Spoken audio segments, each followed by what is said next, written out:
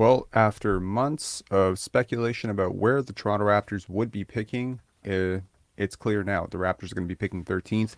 And what a draft to be picking 13th. And it's quite a deep draft. And I think there's a lot of talent to be found. And as we all put on our scouting hats and we start sifting through the weeds and trying to figure out what are the Raptors looking for, which foreign prospect is going to jump up the draft boards, which, great college player is going to be able to take a big jump in the NBA. I thought it'd be really useful to go through what I consider my 17 factors for scouting. And look, there's a lot of players that check a lot of boxes here. So let's get into it. This isn't going to be a very long live. Please do hit like, subscribe as you come in. This hasn't really been advertised. We just kind of impromptu decided to do it. There was a lot of desire yesterday for another live today, so we're going to do one today. All right. So my first factor for how I scout is okay. First, a little bit of intro. I need a little bit of an intro as we let the live populate here. There's a lot of things the scouts get wrong, and there's a reason why guys like Luka Doncic, guys like Nikola Jokic, guys like Pascal Siakam go a lot lower than they probably should. And of course, there are guys every single year like James Bouknight, etc., that go a lot higher than they should. Stanley Johnson. So what is it that scouts, GMs, coaches get wrong about scouting? I decided to research this a little bit I was just kind of curious, like what are other people saying about what scouts look for? And I looked through, and usually I saw lists that were 5, 6, 7 factors long, and they did include some of the stuff that I'm going to include here, but I felt that they were very incomplete. It also matters how much you weight certain things, right?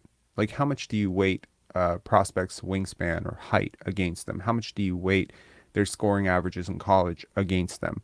How much do you weight their age against them? I think these things have to be taken in context, right? Because the philosophy of drafting really is that you are trying to understand the line, right? It's like a stock. It doesn't mean anything if I tell you that this stock is worth $200. What you want to know is what it's going to be worth 3 years from now, what it was worth 3 years ago. That's really what we're trying to do. We're trying to draw a trend line of 6, 7 years and trying to understand where we are in that trajectory. It might surprise you to say if I tell you that certain prospects do peak when they're 18 or 19 years old. Happens all the time. Then there are certain people who are peaking at 33, like Jimmy Butler. How do you get the guy who's going to peak much later, whose value is so much greater than what they've shown in college? I think there are certain things that through the history of the draft we can sort of predict. All right. We've seen some comments here. The lives are back. Yes, indeed, they are. I have a pretty busy editing schedule right now, but I'm going to get consistent with these as we pump up into the draft. And I just thought, look, I know this community is full of basketball hoop heads and, sleuths and smart people. And I just thought, what a great way to kick off this entire process of pre-draft workouts is to lay out what I look for. And look, I've been wrong in the draft before, but I have been right a lot, right? I've been right. I think I was right about Kenny Lofton last year. I think I've been pretty right about Christian Koloko so far, and definitely feel I was right about Scottie Barnes, Evan Mobley, and I think I was right about Jalen Suggs not being so great. So I think that there are some early indicators of where certain guys are, because there are a multitude of reasons why someone might dominate statistically in college. It could be their role. It could be the fact that they're just physically way bigger, more gifted, more skilled, right? There are certain people who picked up basketball when they were 8 years old, 7 years old. They were running drills and doing like advanced workouts. How is that going to take a toll on their body when they're 25? There are certain guys who just can't go left. There are certain guys who just can't shoot. There are certain guys who can't shoot, but they have shooting potential. There are certain guys who have incredible wingspan, but they don't have a great deal of agility. Certain guys who have great agility, but they have T-Rex arms. How do you rate someone like an Imani Bates? How do you rate someone like a Cason Wallace? So that's where we're going to go. Now I think that we are slowly starting to populate with 4 minutes in. Let's get into the 17. So this I talked to with a scout in 2006, and we both agreed that this was a massively impressive and important part of evaluating a prospect, how they move. Now, this may not make sense entirely, but stick with me. Basketball is all about movement. Everything is movement. How you move, to me, is everything in terms of how you manipulate defenses and how you stay with offensive players. I want to know, how do you move? And usually, I'm an editor, and sometimes fathers or mothers will send me tapes of their sons or daughters playing basketball, specifically usually sons. I don't want to, gas it up, like it's not usually daughters, it's usually sons. And they're saying, yo, I'm trying to get this guy into a Division 1 program, whatever. This is his tape. And I'll look about 3 minutes and I'll be like, not a chance, not a chance. And I can see it based on how he moves. And if the way he moves is clunky, if it feels like there's a lot of resistance to how he moves, there's nothing fluid or interesting about how he moves. I think some people, like, they move smooth. Some guys, they're a little bit awkward with how they move, but it's a good awkward. Some people are awkward, bad awkward. They're off balance. Movement is a lot of basketball. And so to me, how you move is so much of how you project going forward. It's not everything. There's certain athletes who are very fluid and then they can't put two and two together, don't know how to read a defense, and then nothing works. But it's such a good first step. And Scottie's trainer, Brian Macon, has talked a lot about how Scottie moves for a guard. It's very interesting. I fundamentally agree. And if you look at someone like Nikola Jokic, I think he moves beautifully. He moves beautifully up and down the court. There's something herky-jerky about the way he moves. Derrick Rose is another example, prime Derrick Rose, just something very awkward about how he moves. Zion Williamson. There's so many examples of great movers in the NBA that have just gone on to decimate the opposition. My second factor is upscalability. All right, this is the Giannis factor. There are certain things called straight line drivers in the NBA. Big athletes with long, long strides, long arms. These guys are simply too big for certain courts in Europe and certain courts in high school and certain courts in the NBA. Sorry, and certain courts in the NCAA. As the court expands, certain things get taken away and certain things get added. I firmly believe that guys like Scottie Barnes, Giannis Antetokounmpo, guys like this, when you start looking at how long their strides are, it actually, the greater the space you give them, the more they're able to exploit that space. Nikola Jokic as well. You put a guy like Nikola Jokic on a smaller court, he becomes far less effective because the spacing is worse. If you were watching yesterday's game against the Los Angeles Lakers, you watched Nikola Jokic get into the post against Anthony Davis, and there was a kind of ping pong between him and KCP. It was like back, forth, back, forth. And that spacing is so critical because if that spacing is 2 feet in or 3 feet in, like the 3-point line gets recessed in the NCAA, that pass cannot happen. That play cannot happen. Nikola Jokic is too large a human being. So sometimes you're just too big for the high school game. You're too long, and your strides are too big. And so you're congested. Everything's congested. It also helps to play with better players. In the college level, you're often not playing with four shooters as good as you are in the NBA. Sometimes you're playing with defensive liabilities and you have to cover so much. Sometimes you're just playing with less talented players and the defense can just completely gear up on you. And there's just no space to operate. You look at how congested things were for Scottie at Florida State. You often saw 2-3 defenders shading over on him. And it really made anything he was trying to do impossible because he's just such an impressively large human being. But then you take that scalability and you scale it to the NBA, bigger court, faster pace, better athletes, etc. And certain guys are going to struggle hard. Usually small point guards, they struggle hard, especially the non-bursty type, right? Guys who don't manipulate space well, guys like Fred VanVleet, right? I mean, Fred VanVleet's been able to sort of offset some of that athletic deficit by becoming a sniper from long range, like super long range. But you often see guys who just don't translate well. And look, I've been a draft nerd since 2000. Plenty of guys that dominated in college that just couldn't quite scale up to the NBA because, quite frankly, the gaps that they were being able to exploit in college, the space they have to exploit just becomes so much larger. And on the other end, defensive liabilities, that scalability goes up too. Because now you have more space to cover as a defender. If you have lateral quickness issues in college, those lateral quickness issues are just going to become so much more prevalent in the NBA and so much more exaggerated and so much more pronounced. The third thing, interviews, scout interviews. I know it's so underrated, but how someone talks about themselves is so much to me. I know this may sound a little bit woo-way, but I have always listened to long form interviews with players. And look, I'm not saying judge it entirely on an interview. Some people are not well spoken, some people are extremely well spoken, but try to look for patterns in how they express ideas and themselves. People tell you a lot that they don't realize they're telling you, right? Try to look for signs, nonverbal cues for discomfort. Try to look for whether or not they like when they're approached with a difficult conversation, if they start rubbing their hands a lot or they start rubbing their head a lot. Try to spot the lies, because I'll tell you right now, confidence is such a big part of the NBA, right? You listen to Jimmy Butler's pre-draft interviews, you listen to Nikola Jokic, or there's such a clarity in how they are expressing what they want to do. You look at Scottie Barnes. I mean, gosh, there's such a clarity in what he wants to do. I think it's clear in the tone of how they're expressing it. I won't spend too much time on this, but I think and right? Um, the fourth one, circle. You want to get a little bit creepy, just start like following guys on social media and see who their friends are. Who are they following? Who is following them? Who are they hanging out with? Where are they hanging out? Who are their parents? Um, are they in?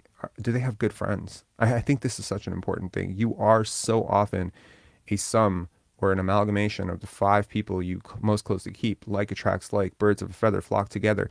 So if you have dummies in your circle, maybe you're a dummy, right? Maybe you got issues, and those issues could be pending. There is a reason why the Raptors historically, whether it be Brian Colangelo, Masai Ujiri, Bobby Webster, all the way to Rob Babcock, it's through history with the Raptors. They have gone as far as calling high school, teachers, grade school teachers, like they want to leave no stone unturned.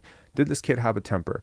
Did this kid get in trouble a lot? Did this kid, participate in class? Was he good to his teammates? Was he good to the cafeteria staff? This all matters. And I hate to say it, but it's true, right? And a lot of people, they come from sort of traumatized backgrounds or difficult backgrounds, but you want to know what have you done to escape your circumstances or better your situation, right?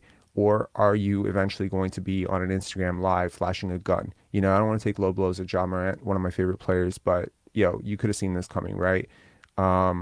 And probably you could have, if you really, really dug into who he surrounds himself with sometimes, and his parents and stuff. You could probably see that, hey, there aren't exactly like the most solid ideas being presented to him on a day-to-day basis. And how much is that going to impact Scottie? Complete flip opposite, right? You look at the people around him, you look at his trainer, his friends, his family, and it's just, everything is just solid. The people are solid. You look at Pascal Siakam, the people around him are solid. Rico Hines, his brother, etc. So the Raptors, I mean, OG Anunoby, gosh, like his father, right? Like you start digging into who his father was and was. And his family, his coaches, his friends, and you start to see his circle, and it's just a bunch of really good people. And to be honest, that's kind of like getting married, right? You're bringing all these people into your life. So your girl might be really cool, but her sister, her mom, her dad, her uncle, her cousins, those people are now your family. So that has to matter. And these people are all going to be in your circle. They're going to be influencing this person. So when they get benched, you need to know that the people around them aren't telling them, yo, you got to demand a trade. This is fucked up. No, you need to have people around you that are solid. So I think that the circle matters. Fifth is growth trajectory. Now, again, I alluded to it earlier that these are all dots on a map, right? And you have to draw, what came before and what came after. Growth trajectory, I think it would help you to understand who this player was in high school, in elementary school, when they picked up the game, how they've grown. It's such an important thing, right? So you can't really understand Scottie Barnes just by looking at Florida State tape, just like you can't understand Cason Wallace just by looking at this year. You have to understand who these players were in college. How have they grown? What has changed in their game? What has remained the same?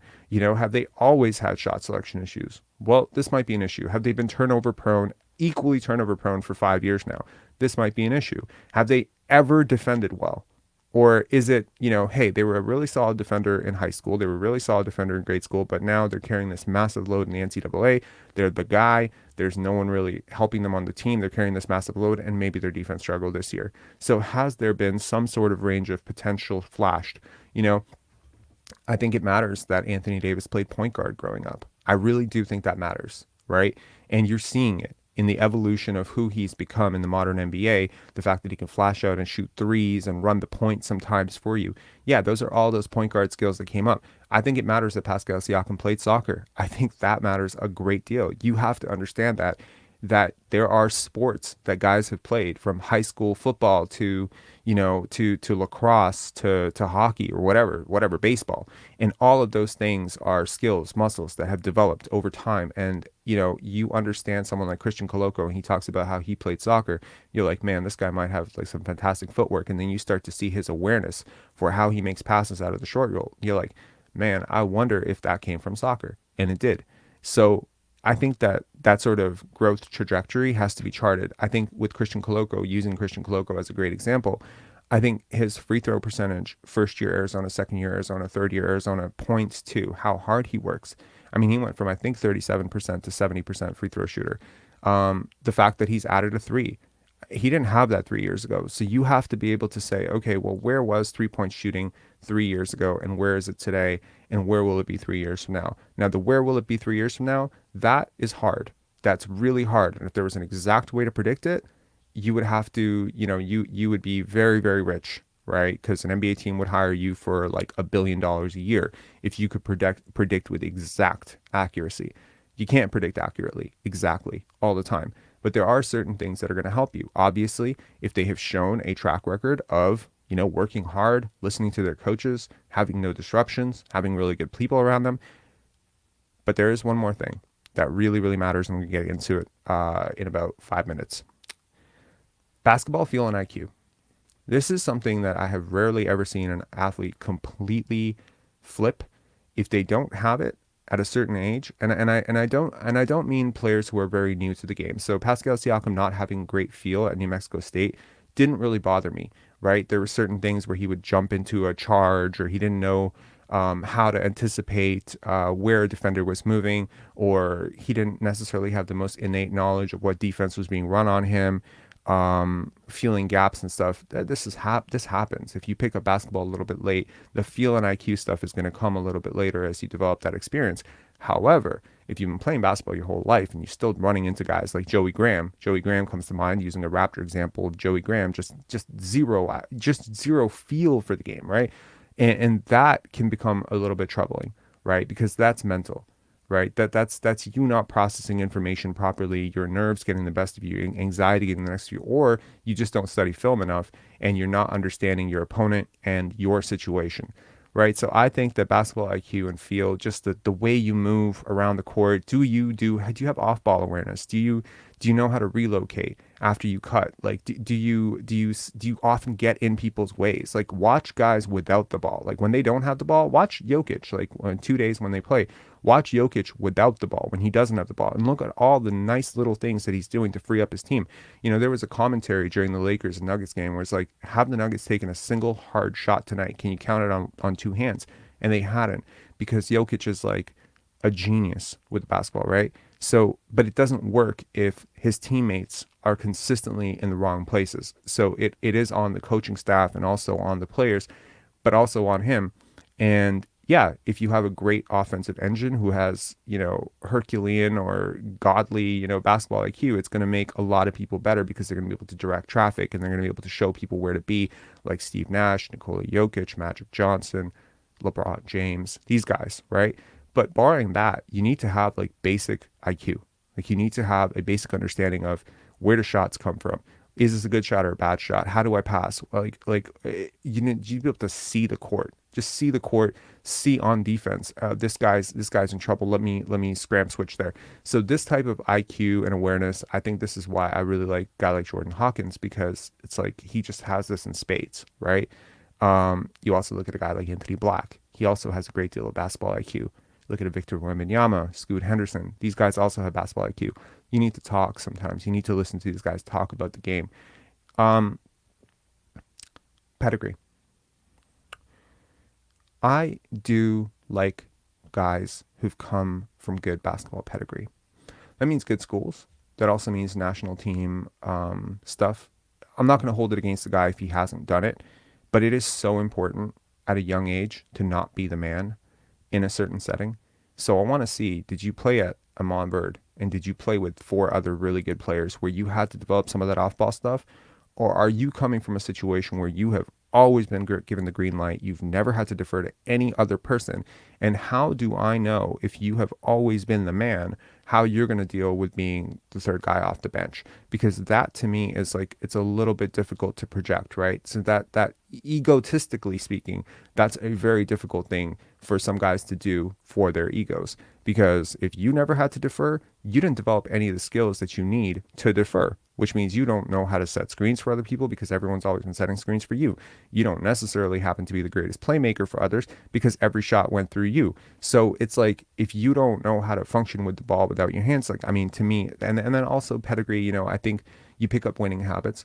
I imagine that the time with USA basketball, the U16, U18 stuff, the U19 stuff for Scottie Barnes was very invaluable because you got to pick the brains of not only better coaches, so you're not only being coached by your dad in rec league and AAU, but you're also being, you know, around Evan Mobley, Cade Cunningham, Jalen Green, Jalen Suggs, all these guys. So that sort of circle, again, the five people, right? That you want to know that your guy is coming from like a good program. And I also think like pedigree, I don't know if you want to count family bloodlines in this, but does it help that, you know, Doc Rivers' son, Seth Curry, Steph Curry, like Victor Wembanyama, his family is all athletes. Like, I think this sort of matters too, you know, in a way, because again, it just goes back to your circle. Measurements. Oh yeah, they do matter because when you scale up to the NBA, I think that it is going to definitely matter if you have T-Rex arms. And I think it's going to matter if you're 2 inches too short for your position. And I definitely, because look, at the end of the day, if you're a 5'11" point guard in the NCAA and you're pretty quick, you can get away with some stuff, right? But going up against Robert Williams, Rudy Gobert, Anthony Davis, I mean, those inches are going to start to matter. So those measurements, they definitely matter. I don't think they matter nearly as much as people like to think that they do. Obviously, there have been players, you know, who've been 5'11" and a half, 6 foot, whatever, that have been able to overcome their measurements. Guys like Fred VanVleet, certainly, you know, they have been able to overcome certain things. So you have to look at it, you know, in context. But it matters, especially when you start projecting for stars. I think that's when it really starts to matter. Skills, skill development. Where is every single skill? Because there's talent and then there's skill set. I think those are different. You know, talent is, you know, effectively it's God given. Skills, they're you given, right? You can learn to dribble, right? You can't learn to dribble like Allen Iverson because that's talent, right? So where is the skill development work? And I would draw out a line of like 18 to 25 things that, you know, from movement shooting to standstill corner shooting to transition, playmaking. I would look at every single one of those skills and I would start rating them out of 10. And I would try to see like, where is this prospect? And I would look at that specifically for role playing potential. Do you have two skills that are good enough to keep you on the court while you figure out everything else? OG Anunoby is a good example that comes to mind. 3-point shooting was kind of wonky, but good enough to keep him on the court. Defense, especially, you know, defensive versatility, all those things. He had a lot of above average NBA skills that could keep him as a starter for the Raptors. It wasn't as a featured guy. He was definitely the fifth option on those teams, but it was enough to keep him on the court. Kawhi Leonard, same thing. Paul George, same thing. So these were guys who were picked outside of the top 10 that had that type of like, okay, they can stay on an NBA court because they can do these 3-4 things for us really, really well. And while we build up the playmaking, the ball handling, all that other stuff, these guys can still help us win in this limited role. I think that that's really important. Conditioning, man, young players have it the worst in the NBA when it comes to conditioning. You're always the first person in, you're always the last person out. You have all this extra work. If you're a second round pick or a late first round pick and you're happening to spend time in the G League, well, now you have to not only play G League games, but you might also be a role player in the NBA. Guys like Delano Banton, you know, guys like this, like they have had a crazy workload the past 2 years. Christian Koloko as well. You have to be in shape. You literally cannot develop if you're out of shape. Like, it's just impossible. Like, there's so many things that you can't do. You wouldn't recover in time. Your muscles wouldn't grow. So you need to be in shape. And I think that conditioning can come a really long way. I think the NBA season is a grind. A lot of guys burn out in the NBA season. So I think if you're not in great tip top shape, like, I mean, 82 game shape is hard for any athlete to do. That's why most rookies hit that rookie wall. I think, conditioning was an issue for a lot of players. And also, like when you look at conditioning, that's where durability issues come in as well. If you're super gassed all the time, you might be at a higher risk for injuries as well. So I think conditioning and injuries are a major thing. And I think, if you look at that from the Zion Williamson perspective, you could definitely say that his gait was an issue, like literally out of the gate. Well, that's a pun, no pun intended. His gait, as in how he walked, was an issue. Like when I looked at Zion Williamson walking at Duke, I was like, this is an injury waiting to happen. He also had weight issues. Like this is what has been in the way of Zion Williamson not being an MVP right now. Really, it's just weight, conditioning, body mechanics, versatility. In a league that is increasingly going away from positional basketball into positionless basketball, it really does help to have a guy who can play offensively and defensively 3 to 4 positions. I mean, those are unicorns, right? Those are godsends. You have a guy like Scottie Barnes who can literally play 1, 2, 3, 4, 5 on offense and probably guard comfortably 2, 3, 4 and some fives and some ones on defense. Even if this guy didn't become a superstar for you, just as a role player, he becomes invaluable. Like he's a $25 million a year guy, like without anything else, just because of the fact that he can do all of that for you and he can play all those positions reasonably well. Like he's a reasonably average center. He's a reasonably average power forward. He's a reasonably average point guard. He's an average player at all of those positions both ways. I think that that's really important. Obviously, at some point for him to become a star, he's going to have to become a significantly above average player at 1 or 2 of those positions. But for now, the ability to guard that many positions and play that many positions on the court, it gives you so much flexibility when you're talking about lineup structure, right? So you could run Scottie at the 5, based on matchups. You could run him at the 1 or 2. And I think that there's just very few players in the league that you could really say that about. There's also like the ability to be able to guard those players, right? Like how many players can you stick on Nikola Jokic and Chris Paul on back-to-back nights? Not many. So I think positional versatility is such a huge thing. Then I look at two-way potential. It wasn't lost on me watching Jamal Murray get picked on and pick and roll yesterday that it really made me think, like this could be it. I mean, he's such a godsend offensively. He's so talented, but his inability, like he was lost constantly last night, right? Like they picked on him. Like Jokic had to guide him into where he's supposed to be.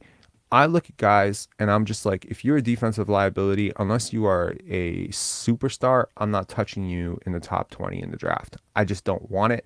I would rather get a two-way guy with a semi-decent floor and a semi-decent ceiling than bank on, someone who is always going to be defensive liability being on my team, and I have to play him because then I have to cover for you all the time.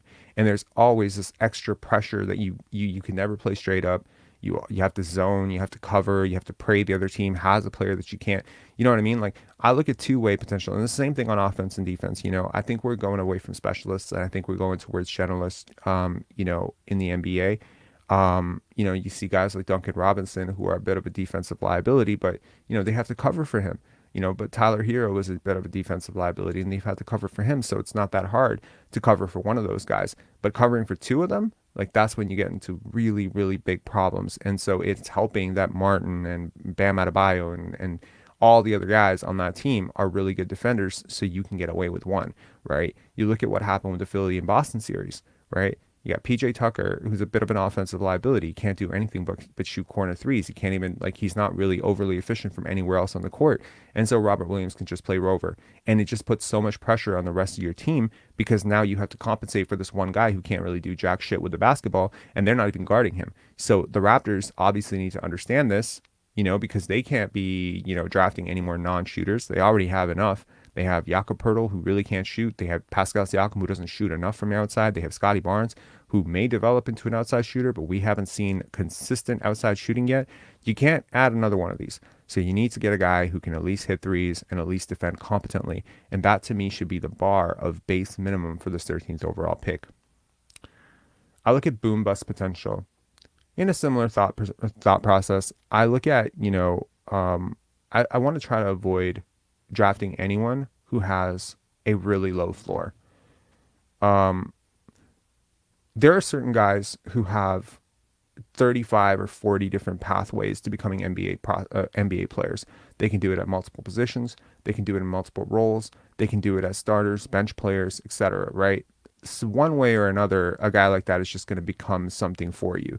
He may not become a 25 point per game scorer for you, but you're going to be able to use him in some way, right? You look at a guy like Shane Battier, Mike Miller, like guys like this, just to go back a lot in the NBA.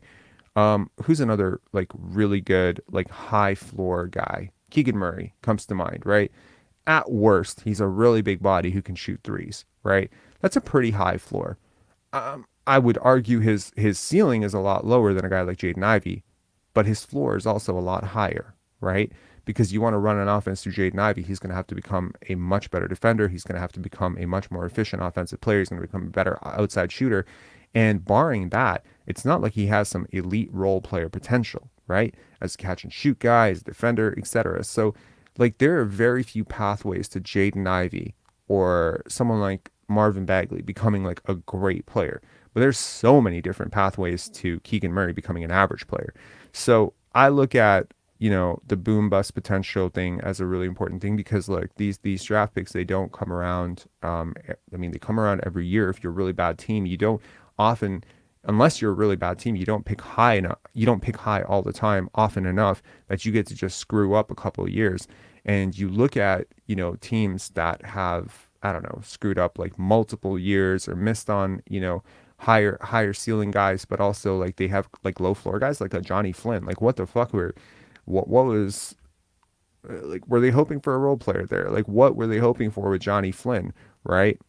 You look at a guy like Steph Curry. I mean, it's hard to say now as he's probably a top 12 player of all time, but Steph Curry was going to be an elite role player no matter what, right? At the worst, he was going to be a gunner sniper off the bench and he's going to be able to shoot like 15, 18 points off the bench. Best case, he'd become a superstar, right? A DeMar DeRozan maybe didn't have as many pathways as a Steph Curry to becoming that, right? DeMar DeRozan, it was only one really path forward for him, which was the ball is going to go through him a lot. He didn't have like necessarily all the role player potential. He wasn't a great defender.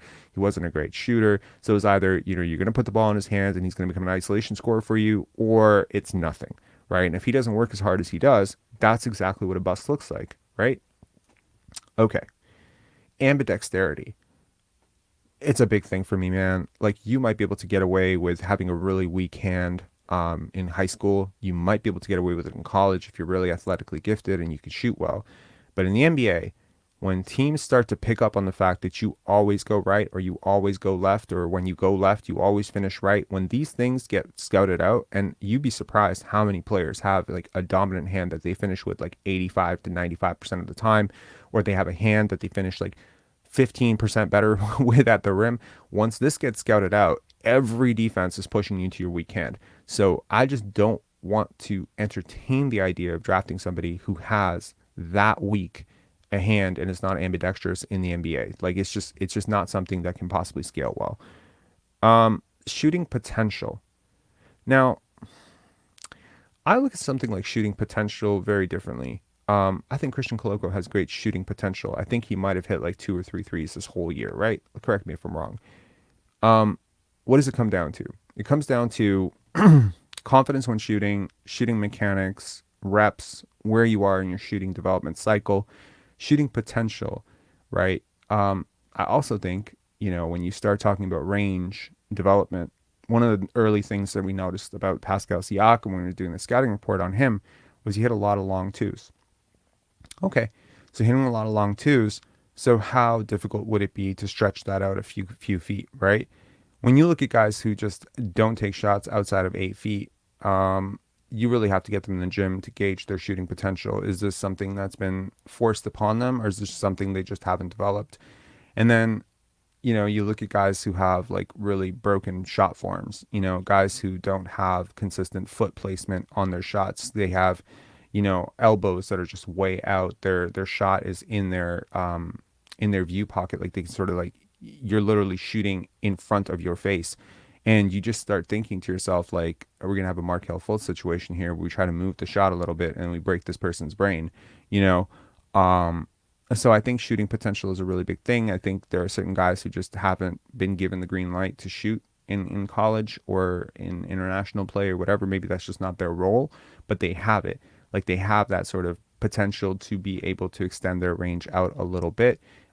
Maybe they just have a really old school coach that just is not a fan of them taking threes. Maybe they're, whatever. Like it's just maybe they're not confident in it right now. But you need to look at shooting potential, not necessarily splits, because it's possible for a guy to shoot 26, 25% from three in college. And within 3-4 years, he's a 38% shooter in the NBA. It's perfectly possible if you get the mechanics down and you know that they're willing to do that. Um, I have mismatchability here. How many is that? There, I missed one. I missed one. Thank you. Okay, that's good. Okay, mismatchability. I'm really glad I get to end with the one that I wanted to end with. Mismatchability. Now, this is different than versatility. Mismatchability is how reasonably can the average NBA player guard you? What is the average NBA player?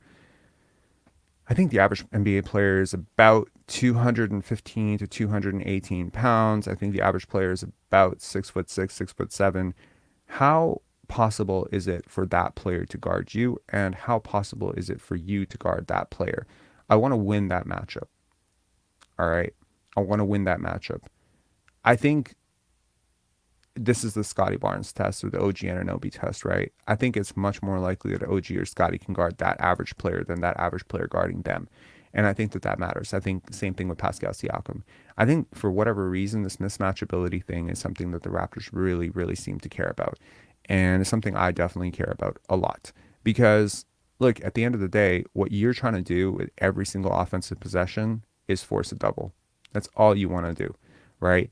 And if you have a player who almost every single player in the league can guard because either they're a non-factor on offense or they're so small or so offensively inept that pretty much any person can guard them, well, then now you are at a constant disadvantage because you have a player who can never force a double team, much less. Sometimes you have a player who defenses can just ignore.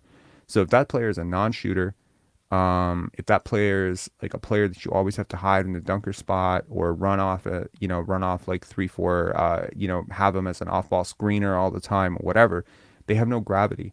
And if they have no gravity, they can't really disrupt the defense. So I look at a mismatch like Kenny Lofton. Kenny Lofton is such a mismatch. Now, obviously, he's not a good defender, but he's such a mismatch for just about every single player in the NBA.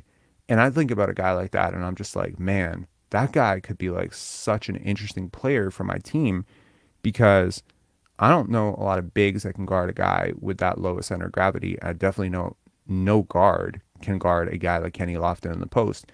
And so if that guy's on the court, he's a mismatch. He's a walking mismatch. Scottie's a walking mismatch. Jokic is a walking mismatch. There's no one who can guard Nikola Jokic in the NBA. So James Harden's also, the mismatchability of a James Harden is insane. How many guards can really deal with that guy's strength, and how many bigs in his prime could deal with his quickness? He is a complete mismatch. There's no one who can guard him. And that was always the case with James Harden. I look at a guy like Jason Tatum, another example. Too skilled for a big, too big for a guard. Like there's no one who can guard Jason Tatum. So I know I'm specifically citing like superstars and soon to be stars type players, but there are ways to find a guy who may not be a star necessarily, but it's just very difficult to match up with. And I like that. Finally, my 17th factor, and I really hope that I counted these correctly, is self-awareness. This one is so important. Do you see yourself as a star and maybe you're not a star? Do you think that shooting is your strength when shooting is not your strength? Do you think that you are a great passer when you in fact are a terrible passer? Like, have you just been gassed up to the point where you are delusional about your strengths and weaknesses? Because if you're delusional about your strengths and weaknesses, now I, as a coaching staff or as a management or a training staff, now have to go through so many extra hurdles to get you to pay attention to the things that I want you to pay attention to. So the first thing that I would do, or maybe, beyond the, hey, how are yous, in a pre-draft interview, I would ask, what have your strengths and weaknesses been this past year, and what do you think will be your biggest challenge going into the NBA? And if they get it right, and there is a right or wrong answer here, right? Because to some extent, I'm watching their tape, I'm seeing their game film, I'm seeing their team struggle with them running point or whatever. And if they say, shooting is really a big strength of mine, and I'm looking at this person shooting 26% from three, and 41% from mid range, and you know what I mean? Or they say like paint finishing is a really big challenge for me, and I spot that they're shooting 52% at the rim, like I'm like, okay, at least they're aware of this awareness matters. And it's not paper awareness. Like a good example of this would be Daryl Morey. So Daryl Morey, when he was at the Houston Rockets, he asked an athlete, Satnam Singh, right, who was interviewing for them in the pre-draft, and they asked him, what player are you most like? And he said Yao Ming, Shaquille O'Neal. And that's when you knew that Satnam Singh was not going to be a very good NBA player. I mean, I hate to point it to that one thing, but it's like, bro, if that's where your head's at, then and that's how delusional you are, like there's no getting through to you, because the barriers to getting through to you, it's going to be so hard. So um yeah, anyway, I think I hope this has been helpful. I think these are 17 things that I would look for. I think most scouts do have a more advanced way of looking for prospects beyond um hmm there is one more. There's one more thing. I'm gonna add an 18th one that I haven't added here, and I would look at advanced impact. So it's very possible for someone, at the college level, when you look at guys who are bound to be NBA players, especially like upperclassmen, like if you start talking beyond freshmen, I look at your advanced impact and I start seeing like negative box plus minus in your second year. Like to me, that's a massive red flag. um, what you do on the basketball court. Like, so to understand advanced metrics, I think you should look at like a yin and yang, right? So advanced metrics will give you plus points for carrying a big load on offense, but they're going to give you negative points for being super inefficient with that. They're going to give you plus points for getting a lot of steals, but they're going to give you negative points for getting a lot of fouls. So it's a constant interplay, right? They'll give you plus points for taking shots. They'll give you, taking a lot of shots is a good thing for advanced stats, right? Like they want to see that you can carry a big load. That's going to help you. But then, you know, if you miss a lot of those shots, like passing a lot, passing well, good. Turnovers, bad. So it's a constant like yin yang, situation. And so at the end of the day, it's very easy to look at a guy who's averaging 22 points per game, 15 rebounds per game, and be like, that guy's going to be a beast in the NBA, right? But then you look at his box plus minus, it's like 1, 1.2, 1.3. And it's just like, why is what this guy's doing not at all impacting his team on the court? Like, if he's so good, why is his team so bad with him on the court, right? Why is it not having more of a statistical impact on the team? You start going back and you start looking at the guys that the Raptors drafted, you'll notice that there's an analytical basis for all of them. Like there's a really good statistical case for DeLon Wright, Jakob Poeltl, Norman Powell, Fred VanVleet, Scottie Barnes, a little bit. But he was, again, freshman. It's hard. Analytics are hard with freshmen. But you start looking like Christian Koloko, great example. Walker Kessler. I mean, we didn't draft him, but like I'm sure we would have looked at him had we kept that pick. So you look at guys like that and you're like, wow, that's interesting. So I would look beyond the basic stats and I would start looking at advanced stats too. So anyways, that's 18. I'm going to take some time to answer a few questions that I spot. Sorry, the chat has been going off and I have not been reading because it's hard to read and talk at the same time. Okay. Did I drop a life lesson here? I promise it was not intentional.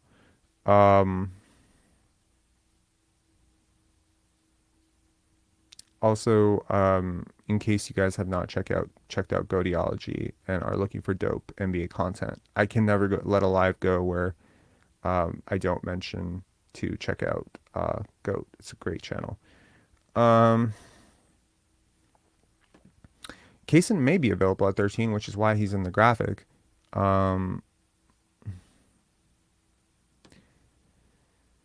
Hmm. Yeah, so I guess you're more of a Kobe Buffkin fan.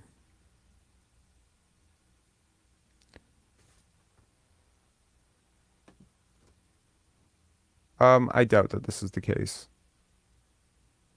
I would really be surprised if they haven't hired a coach within at least, I don't know, the next 2 weeks. I'd be very surprised.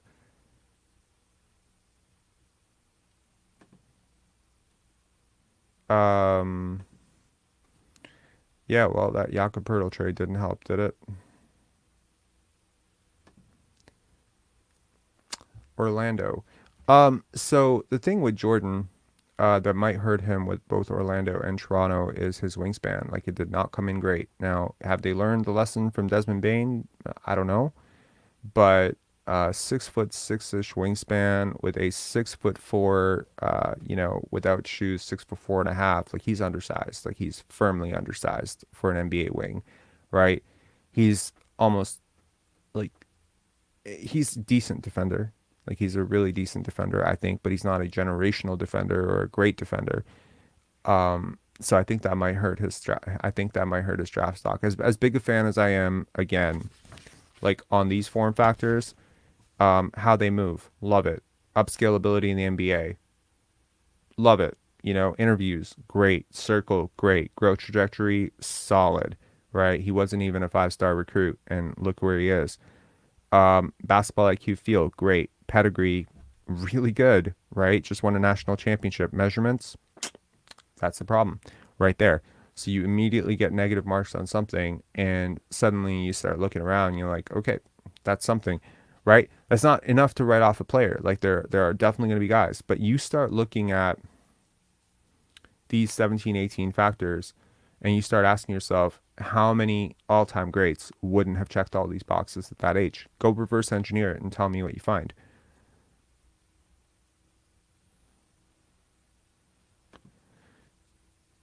Um, yeah, it was kind of alarming to see the Portland Trail Blazers get the third overall pick. Worth noting, the Raptors had a worse record than the Portland Trail Blazers when they pulled off the trade for Jakob Poeltl. Worth noting, but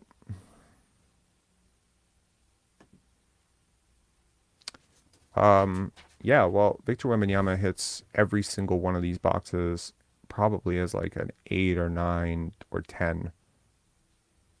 Um, yeah, I remember that. Yes, that'd be great. Um, you can't be a twig with no NBA experience and expect to be dominant in the NBA. No, no, no calling link today, man. Um,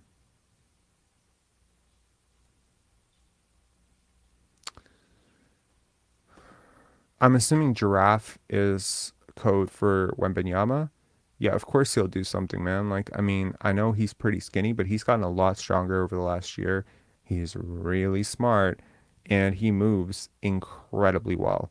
Like, I don't think I've seen a prospect his size, fuck his size. I don't think I've seen a prospect 7'1" or over who has moved as well as he moves.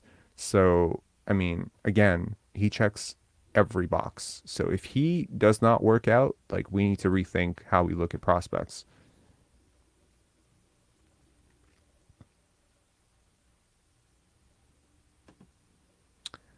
Um, I can't say this enough. I'm just not a big Anthony Simons fan. Never shown me a willingness to defend. I don't like players who don't defend. That's just it. Great shooter, great talent, great offensive player, etc., etc. The third overall pick might be a strange thing because the fall off from 1 to 2 to 3 is so huge in this draft. There are certain drafts where, the top is unclear. Lonzo, Markel, Jason Tatum comes to mind. The year where Joel Embiid went third comes to mind. Sometimes there are like 3, 4 guys, but when the draft is like one guy and then another guy and then there are like 8 guys, you sometimes maybe don't want to be the team that pays for the third overall pick because you're going to pay for the third overall pick and it's going to be more expensive than the fourth overall pick. And there might be a guy that you would have taken at 6 who's better than the guy who you take at third. Brandon Miller does not excite me. I could be wrong, but he does not like excite me at all. Um,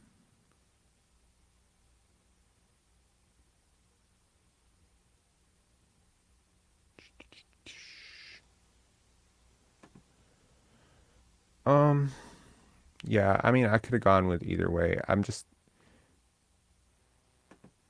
Was it immediate regret? Like shit.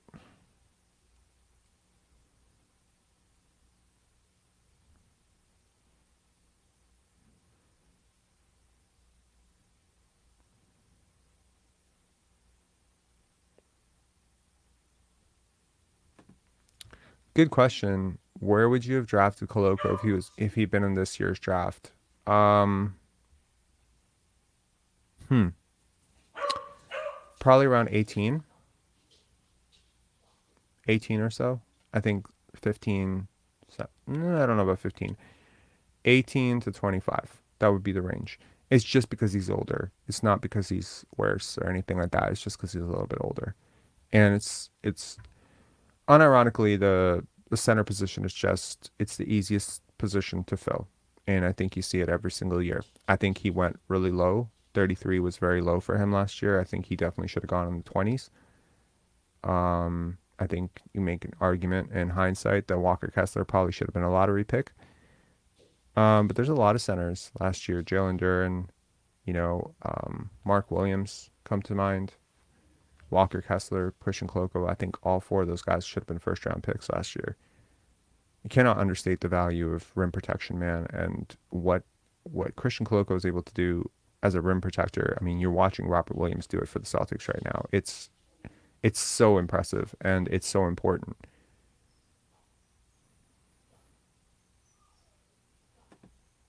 Really. Yes, my dog is barking. Because my girlfriend is doing something and apparently, yeah. Anyways, um, I haven't seen much of those Thompson brothers, but do they have star potential? Yes. Um, I don't have a lot of thoughts on Derek Whitehead, nor do I have a lot of thoughts on Gigi Jackson. I have to dig more. I don't want to offer half-baked thoughts. I haven't done the film work. I've watched maybe 2 games. Haven't watched the interviews. There's a lot. Picking 13 is very interesting for a multitude of reasons. Number one, it's a late lottery pick. I genuinely believe, and I've mentioned this before, um, late lottery picks are great because you get to work out so many guys. When you pick 25th, when you pick 22nd, there's just a lot of guys you can't access, right? Especially if you're not necessarily like a great destination. Like maybe agents don't want your team to draft their guys. And sometimes you don't even get a chance to work out a guy who will actually be available because that guy is so sure he's going to be a lottery pick and he's not sure he's going to fall 10 slots. At 13, apart from about 6 guys, you're going to have access to work out everybody. At 13, you're going to be able to work out Cason Wallace. You might be able to work out Anthony Black unless he gets a promise in the top 8. You're going to be able to at least see these guys. This is very important because on draft night, you might trade. You might make a trade. You might trade a Pascal Siakam or an OG Anunoby up if you really like one of these guys. I think it'll be easier to like one of these guys and understand these guys if you can actually bring them in. I think the 13th pick becomes a great window to bring in high lottery talent that might, otherwise go at 6, 7, 8. Yeah, you won't be able to work out Brandon Miller, Scoot Henderson. You probably won't be able to work out Emin Thompson, but I think there's, let's see, how many players realistically could be in the play at 13? Probably 10. And some guys you're probably not looking at, right? Um, One name that most people probably aren't looking at if this pick is Rayon Rupert. I would look at him. 6'6", 7'2" wingspan, athlete, a lot to like. Very Raptorsy. Um, Kobe Buffkin, measured bigger than expected.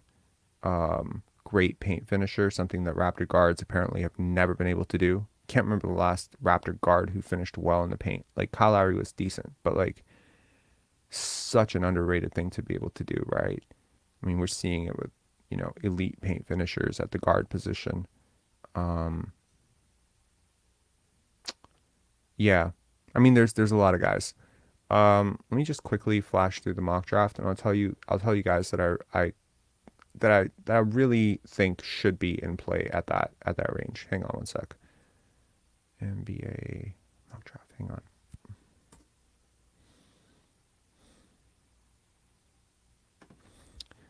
Okay. So at 13, I would look at Jordan Hawkins, Grady Dick, Cason Wallace, Jalen Hood Schifino. Is it Ryan or Rayon Rupert? Kobe Buffkin, Jet Howard, and Bilal. I'm not super sold on Leonard Miller, although a lot of people have him jumping up draft boards. Uh, did someone ask me about Derek Lively? Was that the question at some point?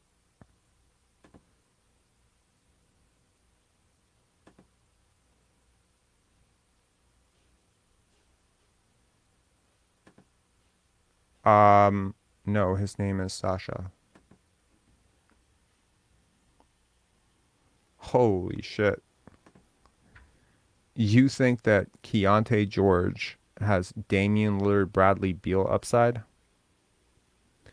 Dude, fuck his highlights. Watch his games. No, I don't think so. I don't think so.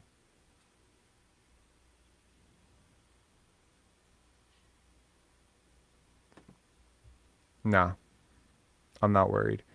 Super self-aware, understands his weaknesses, understands he needs to get stronger. He's already getting stronger. I mean, they just don't build him like this, man. I'm telling you, like I've followed this guy for a few years. There's like very, very limited bust potential. And such a big part of why bigger athletes are so injury prone is because of how they move. I don't think Victor Wembanyama has movement issues. I think he's a very fluid athlete. I think the way he moves. I mean, you look at a guy like a Zion Williamson. Is he getting injured so much because of, is he getting injured because he's so tall? He's barely 6'7", right? He's getting injured because he's heavy. He's heavy and because of how he moves. Like if you have hitches to how you move, I'm not a sports scientist, but I've done enough into this, right, to be able to tell you that like if you have like when you move, like when you're walking through the earth, when you're, like when you're running, if there's like pressure being put on your joints that is unnatural, then every single movement becomes a potential injury, right? Like look at a guy like Greg Oden. Like I think the issue with Greg Oden was like one leg is longer than the other or something like that. Well, look at how he walks. You know what I mean? Like there's pressure. It's constant. I think you can feel it. I think they could probably test this out at P3 or, most competent trainers can probably look at an athlete and how they move and train them for an hour and tell you if they have like a great degree of injury risk. And when you look at taller athletes, they tend to be like more of a hitch to how they move. Like look at Yao Ming move around the court and you tell me that there's not a tremendous pressure being put on his shins, his joints, his knees, etc., his feet, right? With bigs, it's usually the feet, right? Because again, you're carrying 300 pounds, 280 pounds. Like Shaq, it was his toe, his foot, his ankle.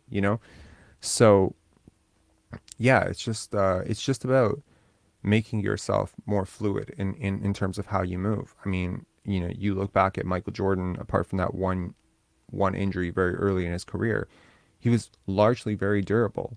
Watch how Michael Jordan moves. Like it's not just athleticism, it's just how he moves. Kobe moves a pretty similar way too. So you need to have a way of movement which is pretty hitch free and is not consistently putting a disproportionate amount of strain on one or both of your lower like legs, like one or two of your legs. Um, And that becomes very hard if you have balance issues, flexibility issues, etc., because everything's very tight and it's just not natural for how you move. So, um, as a prospect, yeah, of course. Uh, hey man, how you doing? Um, Sign and trade Fred VanVleet to Dallas for a swap of the 13th pick with their 10th pick and salary matches. Wow.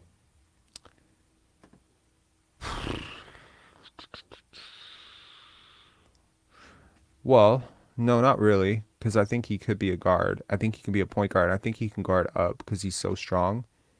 Um, I like him. I really do. And if him being 6'2.5" without shoes is what's going to force him to drop,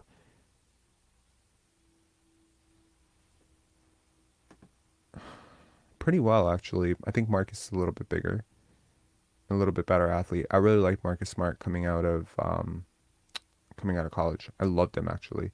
I was very surprised when he went sixth. I had him as high as third on my draft board that year. Really liked him. Thought he was an absolute steal at six.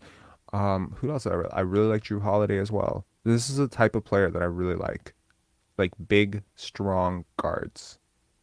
I did not like Davion Mitchell though. So apparently the cutoff is you can't be too old. But yeah, and you have to be big enough, right? Like Davion Mitchell, I think like the measurements were very scary because he was like 6 foot, right? Like Davion, I think was 6 foot, 6'1". It's hard to say those 2 inches matter so much, but like I mean, in the right shoes, he's 6'3.5", 6'4", right? So I mean, like 6'4". Okay, that's Norman Powell. That's Norman Powell size, right? Like,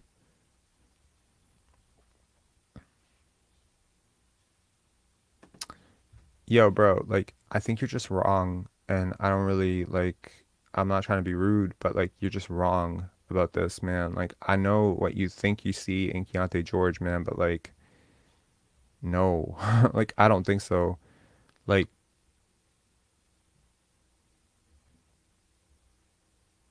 why? Cason is more Pat Bev than Drew Holiday. I don't think so, man. I've listened to Cason Wallace talk. I've like seen him play. Yo, I really like him.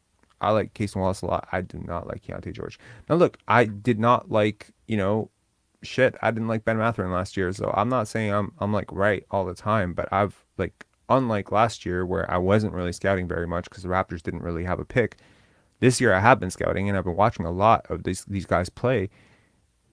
Um, Facts, man. Like facts. Like I'm not really seeing like what you like about him. Like he takes a lot of tough shots. I mean, he makes some of them, but he's not athletically gifted enough to like really, really be able to get those shots up at the NBA level. Like I just think that scalability factor that I talked about, how do you scale up?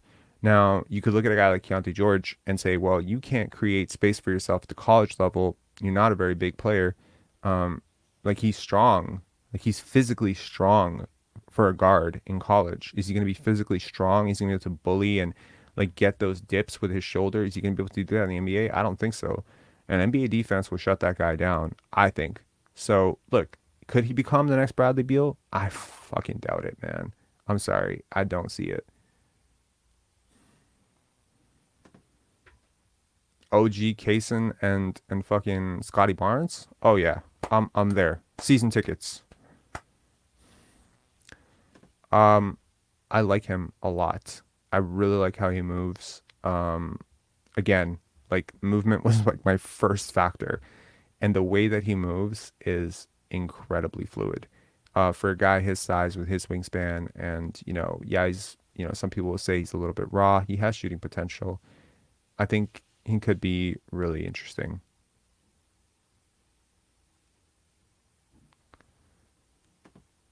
Yeah, Georgia's stats are very similar to Anthony Edwards in college. I gotta check this. Hang on, because that to me is I want to say impossible. Hang on. Okay, so Keontae George. Hang on. Bear with me for a second. I gotta see this. Okay. So, I mean, they're not bad. At 31% usage, 0.125 win shares per 48, 5.6 box plus minus, 52.4% true shooting. You gonna tell me Anthony Edwards shot 52.4%? I doubt it. Okay. Check. Okay. Okay. So, no, they're not close. They're not even remotely close. They're not like in the same stratosphere. Anthony Edwards, similar box plus minus, yes. Higher win shares per 48. Sorry, per 40. Similar usage. Holy shit, very similar true shooting percentage. Yikes, you're right. PER is very different. Um, you're right. They are closer than I thought. Much closer than I thought. That's staggering. I think the scalability element of Anthony Edwards comes into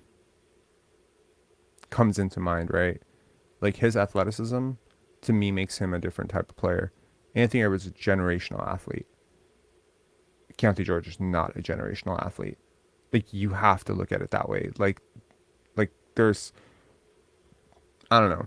Like you could say like a guy scores, I don't know, 18 points per game, you know? But there's some guys who score like an easy 18 and then some guys who score like a very like laboring 18.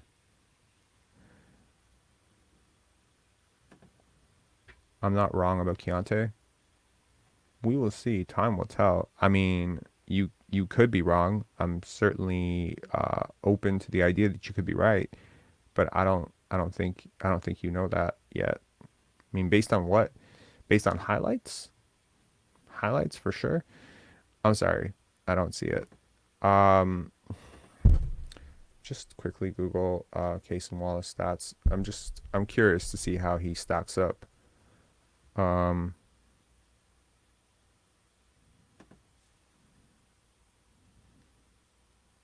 yeah, Cason was better. Um, so in terms of advanced stats, Cason 7.7 box plus minus, so beats Keyonte George there. Defensive, wow. Win shares per 40 up, usage 10% lower, true shooting percentage higher, assist percentage higher. Like, I mean, he beats shit. Like, you want to make a case like Cason Wallace is more like Anthony Edwards than Keyonte George. I mean, okay, I'm kidding about that, but he outperformed both at the same age.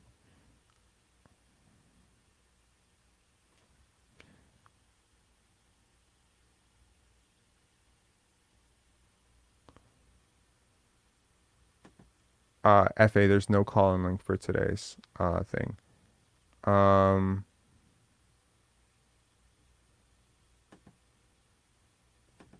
do you guys want a call-in link? I can add one. Hang on, let me get one. Hang on. I will add a call-in link to this. I wasn't planning on making this a call-in show, but like, sure, we can add one. Hang on. Here. Here's your call-in link. So if you want to call in, you can use that link. You want to talk about one of these specific prospects. Hang on. Call in link. Here.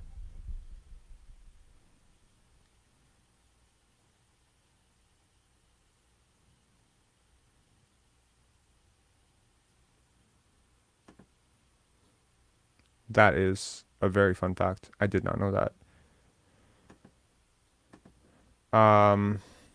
How do you see Cason's role on offense for this team? More of a facilitator or scorer? He's really in the middle on both, but I kind of just trust him to generally make good decisions. Me too. I don't think he predetermines that, and I think he's really egoless when it comes to just being able to find his space within the offense. To me, he's a winning player. Seems to make a lot of winning decisions. Doesn't really force stupid shots. Really guards. I mean, you want to show me that you're a winner? Show me on defense, right? I really like that about him. I've liked him from the jump. Like I've liked him for months now. Like earliest mentions of this draft. I think we're talking January, December. When I first started talking about this draft, the first two people I brought up were Cason Wallace and Anthony Black. And there's a reason for that. I just really like what those two guys do. I think Cason fits really well on this team, especially with their identity. Um,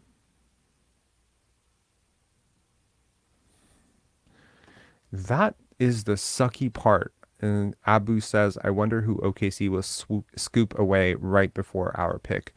Yes, that is the sucky part because we do seem to prioritize a lot of the same thing, which is big playmakers.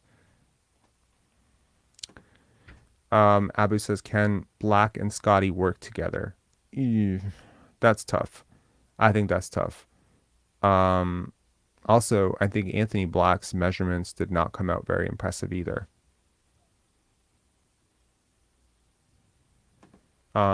Black Nubian says, Cason Wallace is a perfect complementary piece for this roster. Glue guy. Agreed. I think it's just the type of player that you win with. It's the type of player that you would probably sign for like, 15 to 18 million if you had to, it's just the value, right? It's the value added. When I look at this list, hang on one sec.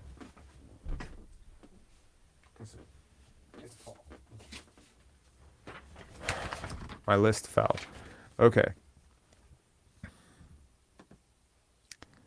Chris Randall saying OKC prioritizes Jalen Williams's. That's funny. There are no Jalen Williams in this draft, as far as I know.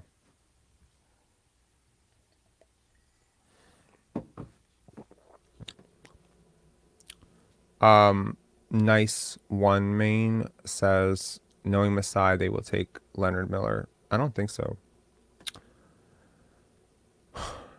I guess P says, I guess Hawkins is as in out of it. I don't think so.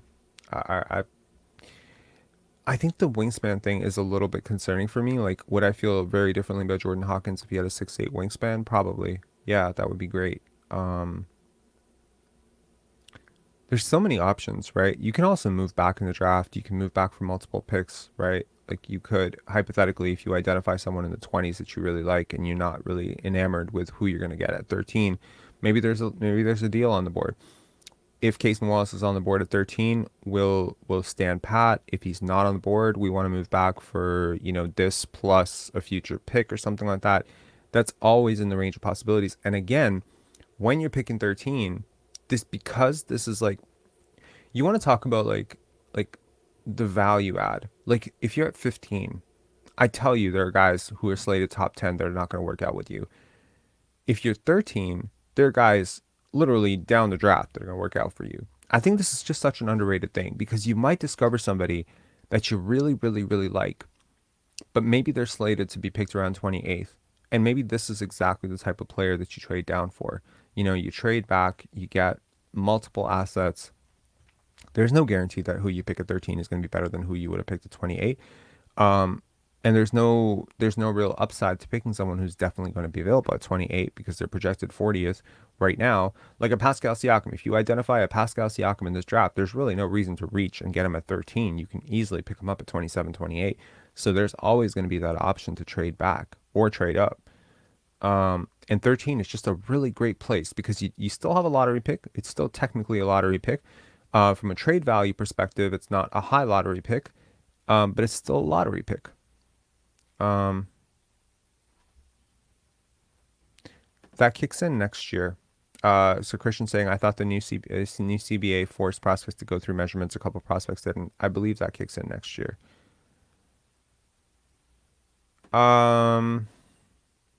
No thoughts. No thoughts yet. James saying Cason is ranked 13th, but I doubt Smith will be picked ahead of him. I don't know. I swear, FA, you asked for a call-in link. I'm gonna post it again. Here. Um,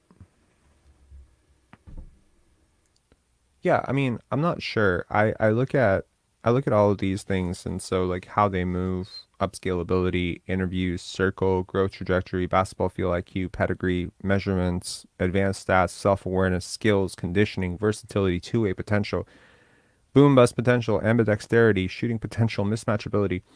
Honestly, Cason hits every one of these boxes for me. Like maybe mismatchability is an issue because he doesn't get to the rim as well as you would like. So maybe he can't exploit bigs as well as you would want him to. Maybe that's the only thing that he's not like gonna check like above 7 out of 10 on. But who would? Like at 13, are you gonna get someone who hits every single box here? I doubt it.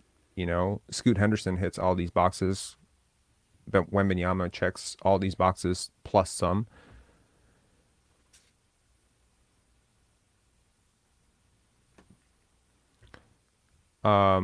ATS, whatever, multiple letters, says, who's your favorite prospect in this draft, excluding some of the top tier guys, Wemby, Scoot, Miller.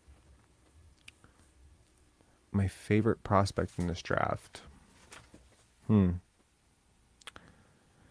Um,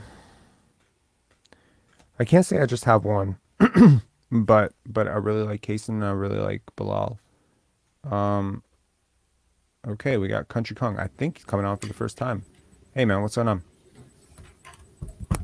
Hello, Country Kong. Hello.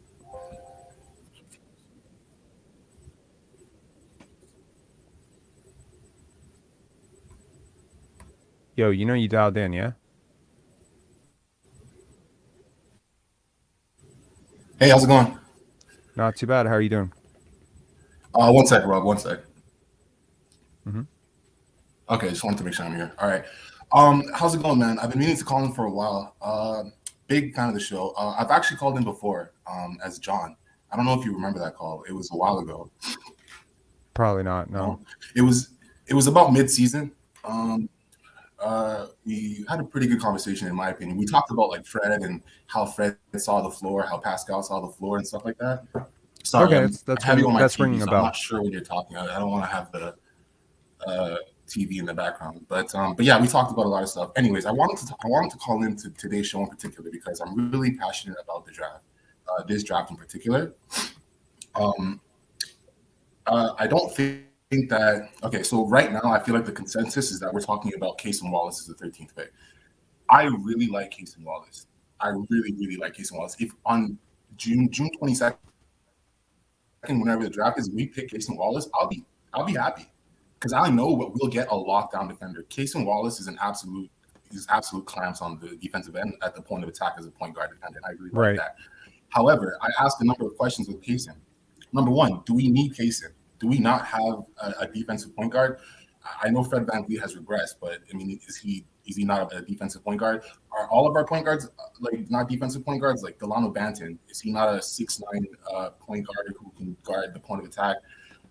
Malachi Flynn won Defensive Player of the Year in his conference as a college player. I know he struggles in the NBA, but I mean, Cason Wallace is on a completely different level than those guys. The thing with Cason You say is, he's not or he I is? just don't know if he can.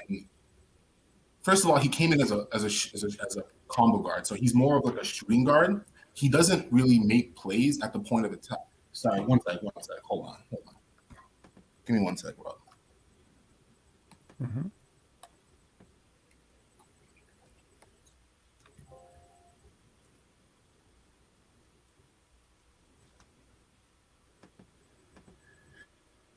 So hold on. Okay, yeah. Basically, I just don't think Kaysen is on the same level as a lot of the other guards in this draft offensively, right? Okay. He's not able to get into the key. He won't get to the paint. He's not able to get to the free throw line. He had trouble getting into the paint in college, right? A lot of his and I'm watching full games on YouTube. They have channels that allow you to watch full games. Mm-hmm. TM 2.0, March Madness lets you watch the entire March Madness games for free. And I'm watching these games. I mean, you were telling me I was watching highlights. I'm not like I watch highlights as well, but I actually go into the game log, see the games, and I watch the games. Cason, like Hmm. clamps on the defensive end. He's 6'4" long, like 6, 7 foot with wingspan, something ridiculous. And he takes the ball out of people's hands when they're loose with it or things like that. But our problem is our offense is too dependent on Fred VanVleet and Pascal Siakam on the offensive end. We have too much ISO ball. We're watching the playoffs right now. The teams that are in the conference finals are the Lakers, the Nuggets, the Heat, and the Celtics. They have players that can go ISO, but their ISO is melded into the offense of their team, right? So their players are cutting off ball. LeBron knows where everyone is. Jokic knows where everyone is. Jimmy Butler knows where everyone is. Jason Tatum knows where everyone is. You can't just double these guys and they're going to make the easiest pass. Pascal makes the easiest pass. Fred makes the easiest pass. They don't make complex passes. Scottie makes complex passes, but we don't run our offense through him. I But we just I will. just see Cason as an off ball like an off ball guard who can catch and shoot extremely high rate, 40%. But he's not gonna. Our problem is we need someone who can take the ball. Well, I got you on my TV, so when you start talking, I'm just gonna stop. But you got to turn off the TV. You Keontae got to, has dude. the You got, ability. Keontae George is who we need. Go ahead. Go bro. ahead. This is why you're struggling. You got to turn off the TV. That's what I'm telling you. Because I can hear myself. So you got to turn off that second feed.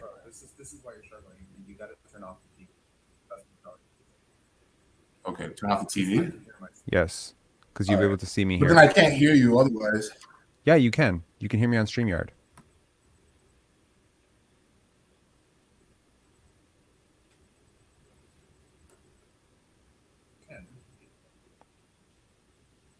But it's a little.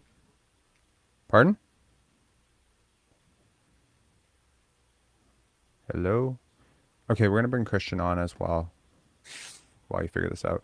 Hey guys, Christian, man, what's going on? not bad, not bad. I was just gonna join it because I kind of agree with where he was going with the conversation. Mm-hmm. Like, I'm a big fan of Casey and Wallace as well too. To me, he's identical to Marcus Smart, like you mentioned. Like the measurements prove that out as well. I think Marcus Smart measured at 6'3", about a 6'9" wingspan compared to 6'8" for Casey. So It's fairly close. similar. It's close. Yeah. Just like I like, I think have you do you okay, yeah, of course ideally you want a guy who can penetrate, get to the, get past the defense and, shred and, get into the paint and become disruptive in there and you want a guy who can play make out of those situations. But typically, like I gotta tell you, if Cason Wallace could really do that, you're not getting him at 13. Oh no, without a doubt. Right? Yeah. He'd be a top 5 pick. Mhm. With his athleticism and his shooting potential, if he could really if he was like really shifty with the handle and he could like get in the paint and do what Kobe Buffkin can do, some of that stuff, like if he had the sort of skills package and He'd be creativity of top a five. easy, he might be top 3. Mhm. So I look at a guy like that and I'm like, okay, well, I'm not judging him for not being Scoot Henderson, but like when I look at role player potential, and I always look at role player potential because it's like, what's the best way to develop is be on the court. What's the best way to be on the court and develop into a winner is to actually participate in winning basketball. Like, I don't think Keyonte George can play for you next year. I genuinely don't. Like, I don't think he's going to impact winning. I agree with that. I could agree with So, that. so it's like, okay, so there's going to be like a bit of a hindrance in his development. I'm going to have to put him down in the G League or whatever while he figures out his shot I selection. disagree with that. You think he can play for you and impact winning? You know how few rookies actually impact winning? It's really Like, rare. like 3 per draft. I think Keontae George can play for us, impact winning. I think he can play for us today. Um, Okay, let me get this straight. So like to put this into perspective, in Scotty's draft, right, there were like 4 players who impacted winning. Scotty, Evan Mobley, Herb Jones, and I think shit. I think it was the other guy for New Orleans Pelicans whose name is escaping me right now. Trey Murphy. I think that was the 4. With I don't think there was a 5th. all those names you mentioned, they're all necessarily defensive first player. I'm guessing that has a lot to do with it. It has a huge amount to do with it because You know, and you take a skilled guy, like look at a Jordan Poole, right? Super skilled, right? But terrible defender. That's Did actually not my impact. comparison for Keyonte. Is Jordan Poole, but with a lot better effort on the defensive end. Not saying he'd be good on the defensive end, just a lot better effort. But yeah, go ahead. Effort is a good I place to disagree start. with that a lot.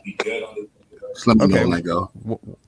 what do you disagree with? I disagree with that. But like, what part of it? Do you disagree Okay, with I'm the gonna fact that go. The he? comparison? So I'm a little bit delayed, so you guys have to humor me. But okay.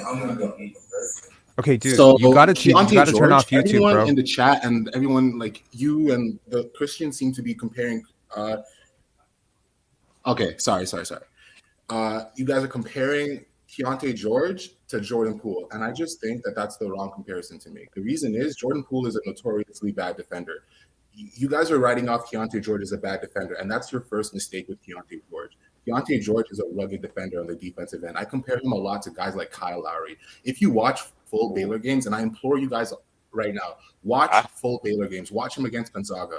Watch him against any top tier teams, And at the same time, Rob is rubbing his head. I'm rubbing my head because Cason Wallace against the same top tier teams, he doesn't get to the rim against top tier teams who play near a NBA level defense. Cason Wallace won't be penetrating the rim. Cason Wallace will be a catch and shoot guy. He'll be like OG for us. I'm telling you. I will say one thing. I have heard some pundits say Cason Wallace reminds them of Kawhi Leonard of point guards.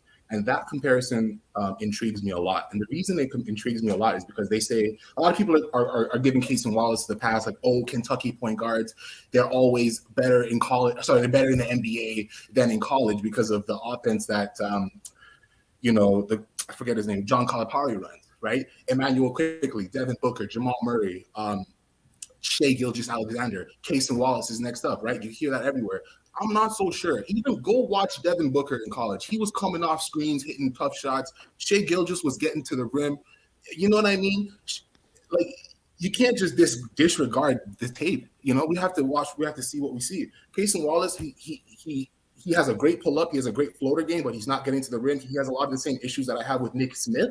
Nick Smith doesn't get all the way to the rim. He has a lot of floaters that are really nice in a pull-up game, but he lacks the strength to get all the way to the rim. Keyonte George, he's 6'4". He's not the most athletic guy you've seen, but he gets to the rim, man. He's like a fullback, or not a fullback, like a cornerback in football. He draws charges. He makes 1,000 IQ plays on defense. You guys don't know what I'm talking about. Like, I'm not just in this chat trying to sell Keyonte George. Like, he does what Cason Wallace does, maybe not to the level of 10 that Cason Wallace does, but he does it to an 8.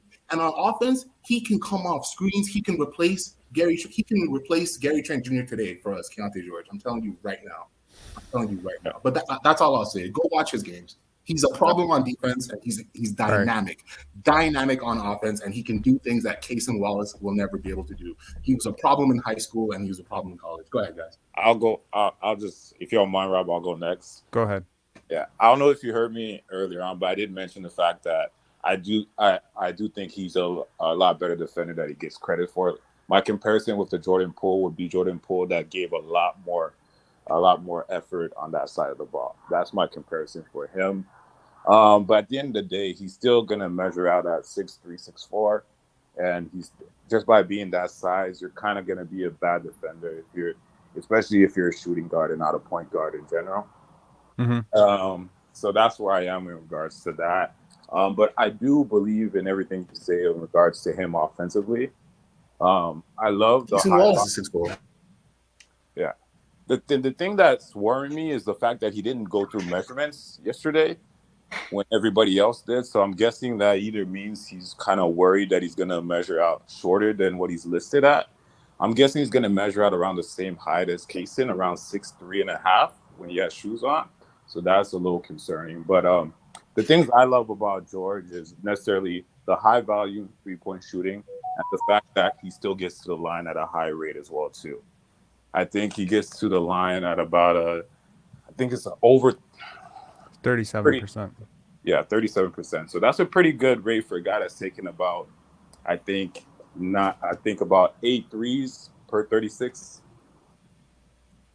Yeah, I let me just check here. Per 40 minutes, he takes yeah, almost 10 threes a game See, per 40. so those are the top two selling parts for me for Keyonte George, a guy that's gonna hit threes and still able to get to the rim, and who's still gonna put in effort on that side of the defense. I'm not too sure if he's gonna be able to replicate uh, Gary Trent to Gary Trent like 100% next year, but I do think he is capable if he's put in the right position. Like I felt like at Baylor, like I said, I watched a lot of game. I felt like he was miscast. I felt Mhm. like his usage was way too high for him to handle. I feel like he would have had a way better year if his usage was more so around 20. I feel like those numbers Mhm. would be a lot higher. As well too, February 25th is when he got hurt versus Texas, and his numbers totally plummeted from that point on. I think before February 25th, when he injured his ankle versus Texas, I think he's averaging like 17.8 points, 5 rebounds, 2 assists on like splits of 40, 40, 36, and 80. And then obviously after the injury, the last 7 games, all those numbers plummeted. So I'm a big Keyonte George fan. He's actually one of my favorites to be picked at 13th if Cason isn't there. Um, but no, I'm a big fan. I think so much of offense and defense is linked, and I think Kaysen is I think he's a fire starter on defense. I think he can initiate. I think he can create so much transition. I think he can be so good if he's put around really good defenders. As like you talk about Gary Trent, you know, he's a defensive liability who's been defensively average because he's been surrounded by great defenders and he's been sort of just able to do some stuff. Um, when I look at Case and Wallace on defense, I see an absolute beast defensively. That to me is worth more than inefficient paint scoring at a high volume. I've never seen Keyonte George be super efficient. That's a problem for me. I've also never seen him really defer to a lot of people or see a shot that he has take a shot that I also don't think he gets a great deal of separation. You guys keep talking about how he gets to the line and he's getting to the line and I'm like that's great. He's getting to the line in college. But when you start scaling up and the defenders become bigger, longer, stronger, those advantages go away so fast. How many microwave scorers in college or high school didn't make it in the NBA because they just couldn't gap the same? DeJuan Wagner comes to mind, you know, as a Keyonte George type. You want a comparison for Keyonte George? I think DeJuan Wagner is a great place to be, just way less talented than DeJuan Wagner was. And I just don't like guys who don't have a different pathway to success. I don't see a second pathway to him for success. He can't be a defensive role player. He's not really going to be much of a facilitator for me. So unless I'm running like, you know, 16 or 17 fucking plays for him on offense every single day, and which I'm not going to with Pascal Siakam on my team and Scottie Barnes, who are just way more gifted as playmakers and scorers at this point than he is, you know, like I'm not sure where I'm going to be running the offense for him. This is not quite like Golden State's offense where Jordan Poole can get his touches like whatever off of rhythm and stuff. So that's why I look at a guy like Jordan Hawkins or I look at a guy like Cason Wallace and I say these guys fit better to what I'm trying to do around Pascal and Scotty um, than someone like Keyonte George, who would technically just be another guy to take touches away from Scotty. And I don't think he's effective enough as a scorer for me to warrant that level of trust in a rookie. That's just kind of my thing. That's a very good point. In regards to the whole fit thing, so like, I don't know, like I said, like he's one of my favorite players. So I've done a really deep dive on Keontae. So like I've even gone back and watched like a couple of his IMG game, his couple of games back at IMG. Well, Mm-hmm. mostly the ones versus Montverde because that was the best team. And like even then, like he plays off ball. So I think it was really a Baylor scenario where they really forced that usage to him. Like watching his games at IMG, like playing against Montverde, like he really wasn't like on ball the whole time. He wasn't even the point guard on that team. He's really the shooting guard, and he's playing off ball, making cuts and everything. I just think like he's just miscast at Baylor, Do you but think he could be a 3 level scorer in the NBA given his athleticism and size a 3 level scorer. in the NBA? I don't think it's impossible. You know, he shot 37% from the field. I do. Yeah, I know all the stats. Yeah. Yeah. I don't know. I guess maybe I'm going way too much off the eye test, but like the shot making it's special. That's just the shot making special. And like I think on wide open threes, he shot like 47% on I wide think open. it's just like, I mean, okay, here's the trivia question for the chat. Can you think of a guard who had more turnovers than assists as a freshman? A guard that had more turnovers than assists. Let me repeat that. A guard that had more turnovers than assists that became a really good player. Like I would love to see that list. Like I'm not saying it's impossible, but like to me, you have 30% usage and you average more turnovers than assists. To me, that means your playmaking is severely compromised. You don't see the game or feel the game very well. Ideally, for a lottery pick, if I put the ball in your hands, that should not happen. And it definitively tells me something when you shoot 37% from the field and 33.8% from college three, and you're a high volume shooter, right? That to me says shot selection issues. It also says something to me when you drastically struggle to create separation off the dribble. Yeah, the dribble package is nice, but you're not going anywhere. It's a lot of left, right, going nowhere type of stuff. And it's not clean. Like there are certain guys who get clean looks at the rim because they're creating that much separation. They're getting clean shots. That's one of the things that I have an issue with certain players is you don't create enough separation and suddenly the inches start to catch up with you. It's like a game you cannot win. So I hate to keep harping on the same thing over and over, but I like guys who get easy shots in college because those shots do get harder in the NBA. If you're not only taking a lot of really bad shots in college, but you're also not making a lot of them and you're not making your teammates better. I mean, this argument of like, oh, he didn't have anyone to play with at Baylor is the same argument we had for Cade Cunningham, oh, he didn't have anyone to play with at Oklahoma. Okay.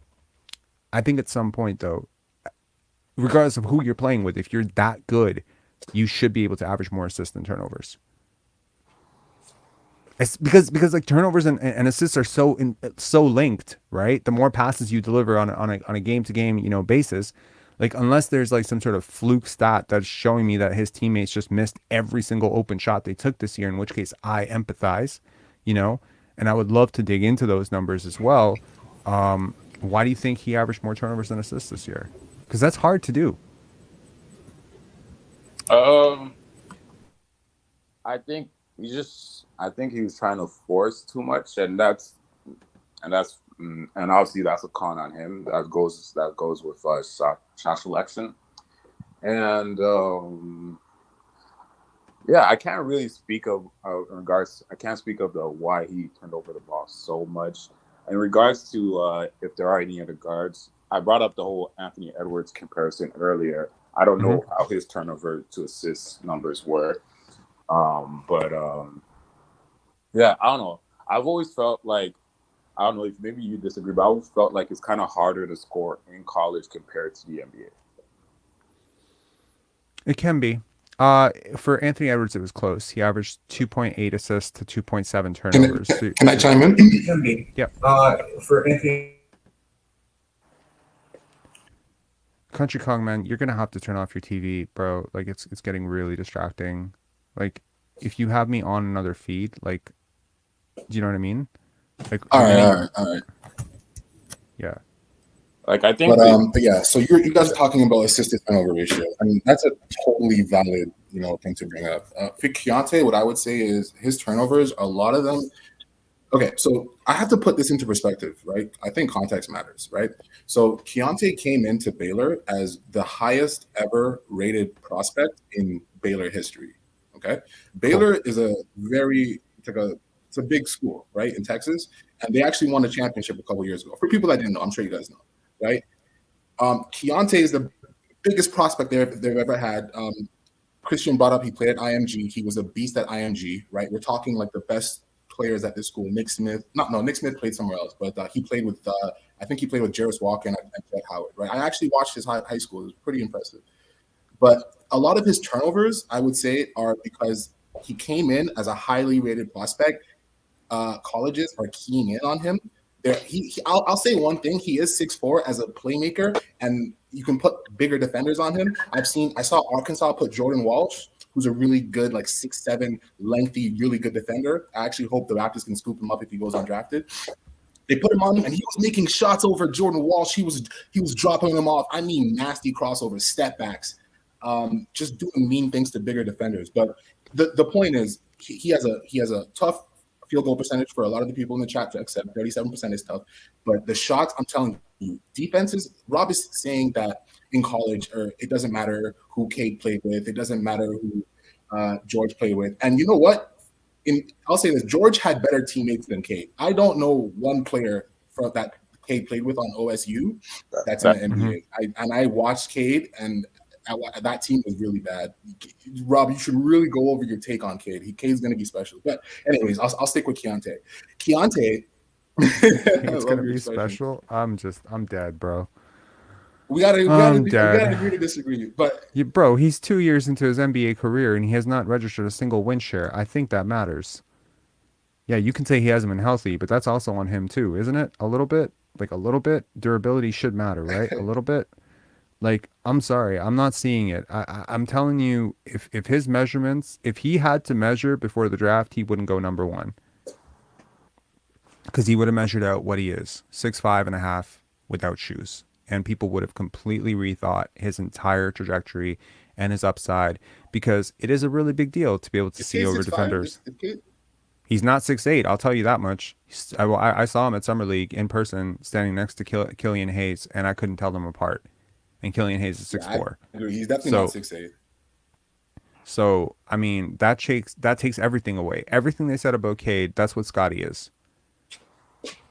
Big playmaker, multi-positional, super long, switchable, etc. There's a lot of good things about Cade. I'm not seeing superstar at all. And I'm really excited about Scottie, what he's doing in the summertime. His jump shot looks really quick. And his jump shot looks great. Like, so I'm sorry, like you do that draft again, there's no way in hell I'm taking Cade over Scottie or Evan Mobley. And I don't think they should have taken Cade over Evan Mobley in the first place. I think Scottie was debatable. I just think that they held this guy up because of his high school stuff. And if you really want to think about it, he wasn't getting great separation in college. And he's not getting great separation in the NBA. Again, it's those measurements, they do matter. And my light's gone. I love Cade. I think he gave OG work when they played the Pistons. He's somewhere between 6'6" and 6'7" for me. Okay. I really like Cade. I think he's a great playmaker. I wish they got Wemby, actually. That would have been interesting. But it's good that he went to the Spurs. He'll learn how to play, and hopefully Tim Duncan shows him how to want Wembanyama in Detroit? Why would you want Victor Wembanyama in Detroit? So you can have Victor Wembanyama, James Wiseman, and what's wrong with Detroit? Not a fan. Not a fan of that. Not a fan of that team as currently constructed. Not a fan of what they're doing with their young players. I mean, they already have so many bigs. I mean, to throw Victor Wembanyama, their roster construction sucks. I don't like their management. Yeah, I just don't like that team. Not a fan. Like the city, love the city, just not a fan of that team. So I'm really, really happy he stayed away from that dumpster fire. All right. To get back to Keyonte, another reason why I like him necessarily, he has it. Did you say it? You say it? The city. Like, I've seen you, like you've talked about this before, Rob, about hopefully your goal isn't about, for instance, how Barnes believes that he's him. I think the Raptors need more players on the team that have that belief in them. Like, I'm tired of like more bet on yourself. Siakam, the Fred VanVleets of like, coming in every year trying to prove themselves. I have to prove that I actually am an NBA player, or I have to prove I actually am an all-star, or I actually prove I am an all-NBA player. I'm just tired of that energy on the team. And it was really refreshing with Scottie when you can just tell he knows he's him. He knows he's gonna be an all-NBA player. It's just all a matter of time. And I feel like, and I know you brought up as well the whole idea about self-awareness is important as well too. But like, I believe he's that good as well. He could be that good as well. You think Keyonte George could be an all-NBA player? If things break right,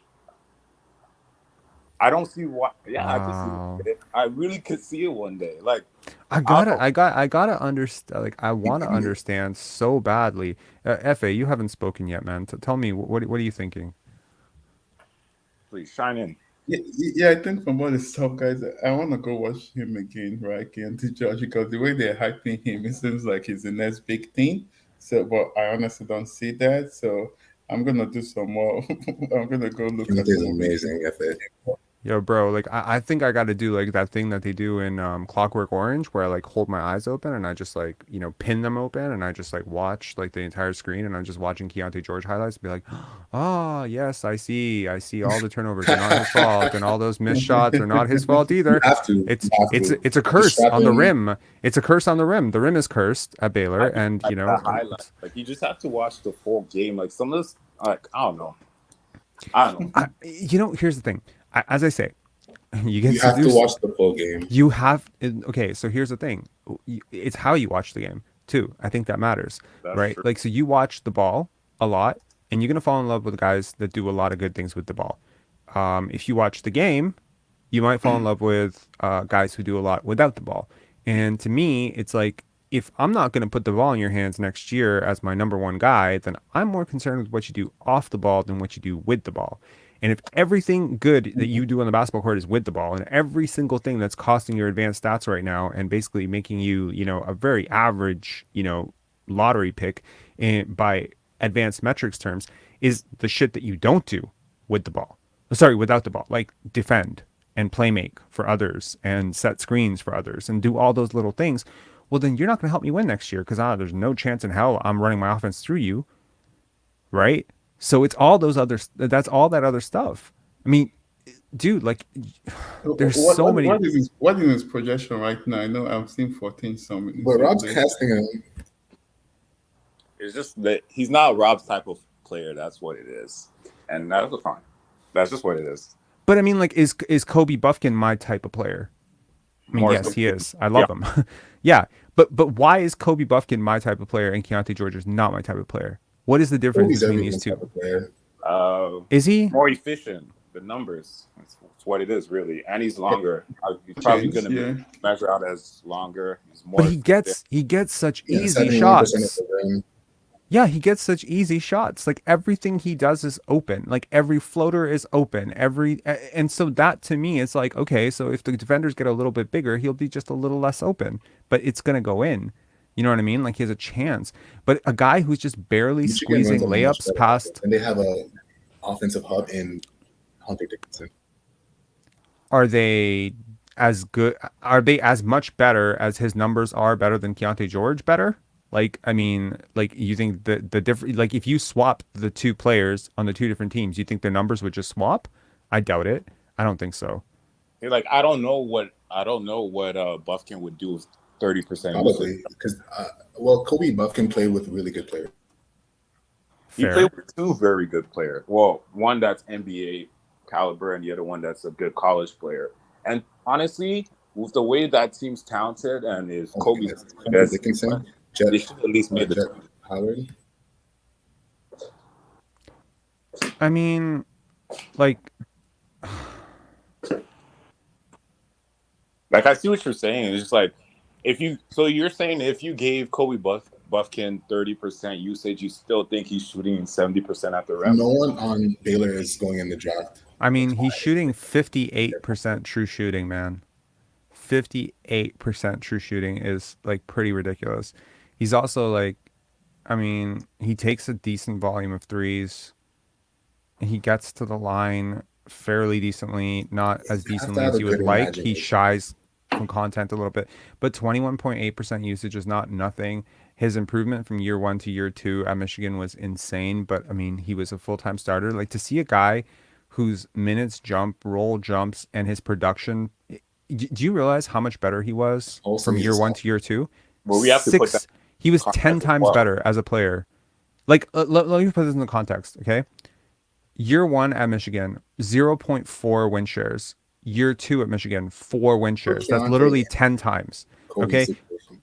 Box plus minus, 0.6. Year two, 6.7.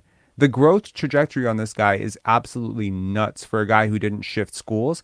And I mean, his assist percentage went up from 5% to 17%. I mean, his true shooting percentage went up by 10%. Like, this is a guy who is like literally like, I mean, the But like, trajectory on this is insane. we'll Um, never know if Keyonte stayed another year if he got a lot better as well too. he Especially got worse. That's what I'm saying. Like, Kobe was exactly who he was supposed to be as a freshman. But Keontae George is like one of the top rated high school players in the I just country. don't think you like Keyonte. But it's not personal. There's nothing against him. There's nothing personal against the guy. It's just I've seen this type of player fail so many times that to see it fail one more time would be very No, I know interesting. it's not personal. I just don't think you like his type of player. Exactly. How does he create space in the NBA? You talked about strength, how he sort of bulldozes his way to the basket. Do you think he'll be able to do that as a 6'3" guard in the NBA? I don't see how he can do that. I don't. Is he overly long? Is he overly quick? I do think he'll be able to do that. I think when he gets into the NBA, I think he'll be a lot stronger.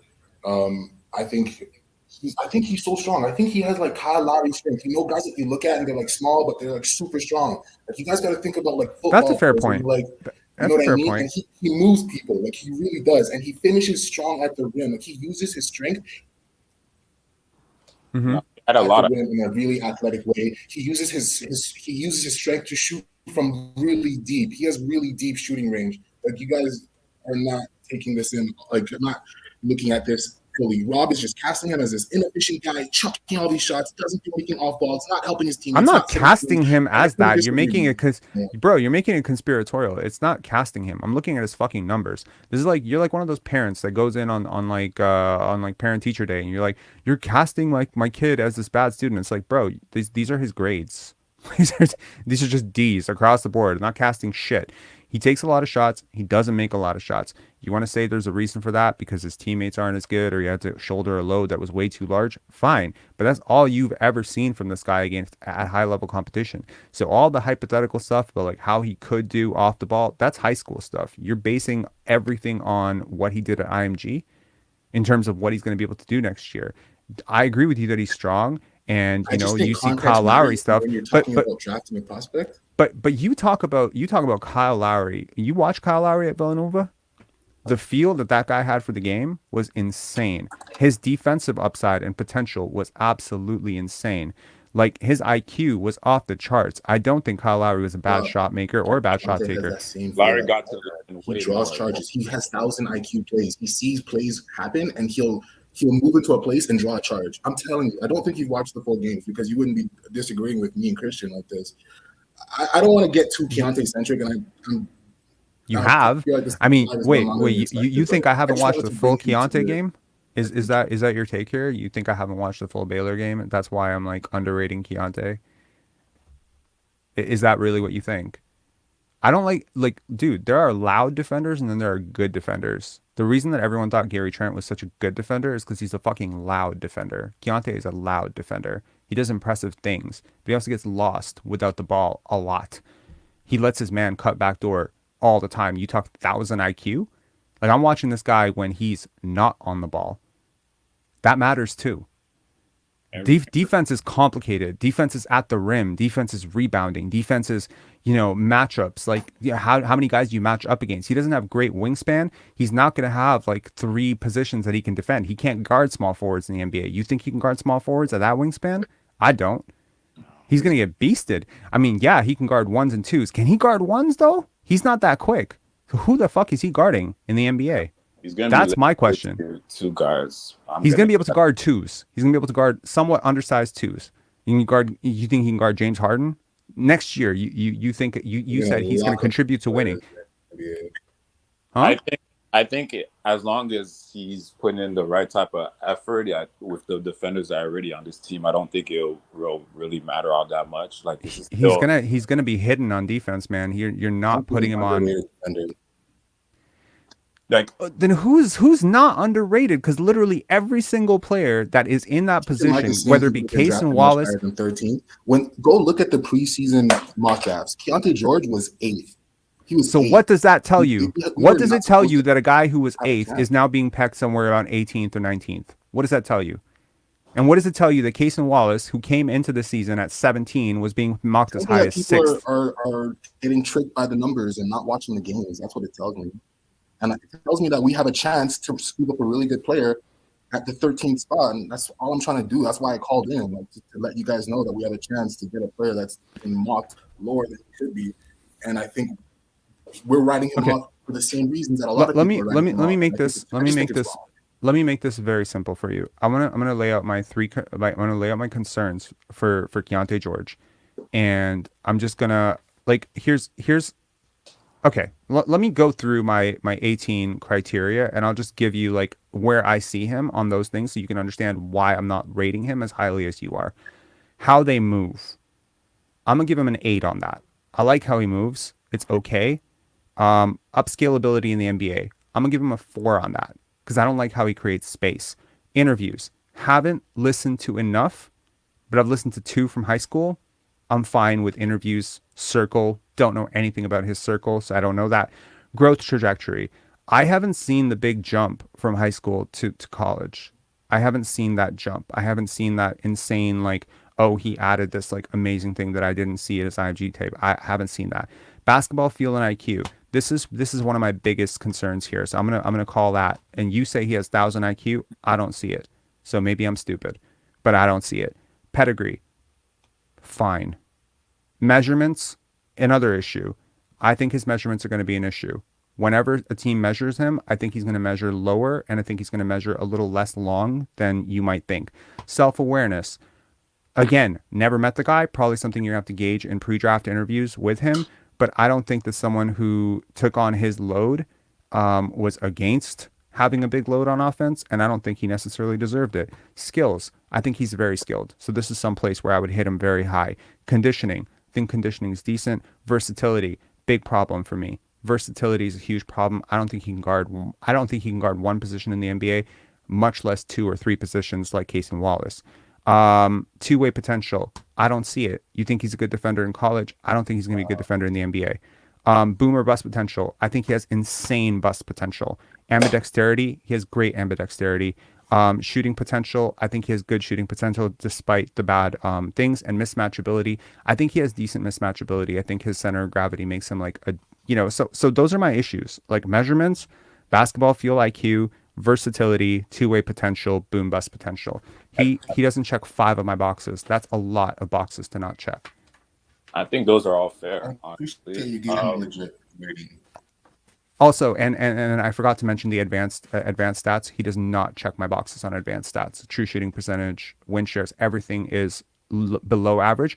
And I would be able to overlook it if he was a generational athlete like an Anthony Edwards who had very similar stats, but he is not a generational athlete. And to me, that is like very worrisome. Scottie's advanced stats weren't great at Florida State either. His true shooting percentage was kind of abysmal. His 3-point shooting was bad. His win shares were kind of Again, massive potential on the athleticism side, lower on the skills side. Those players, if Scottie had come back to Florida State for the next year, I think he's like 12 bucks plus minus or something.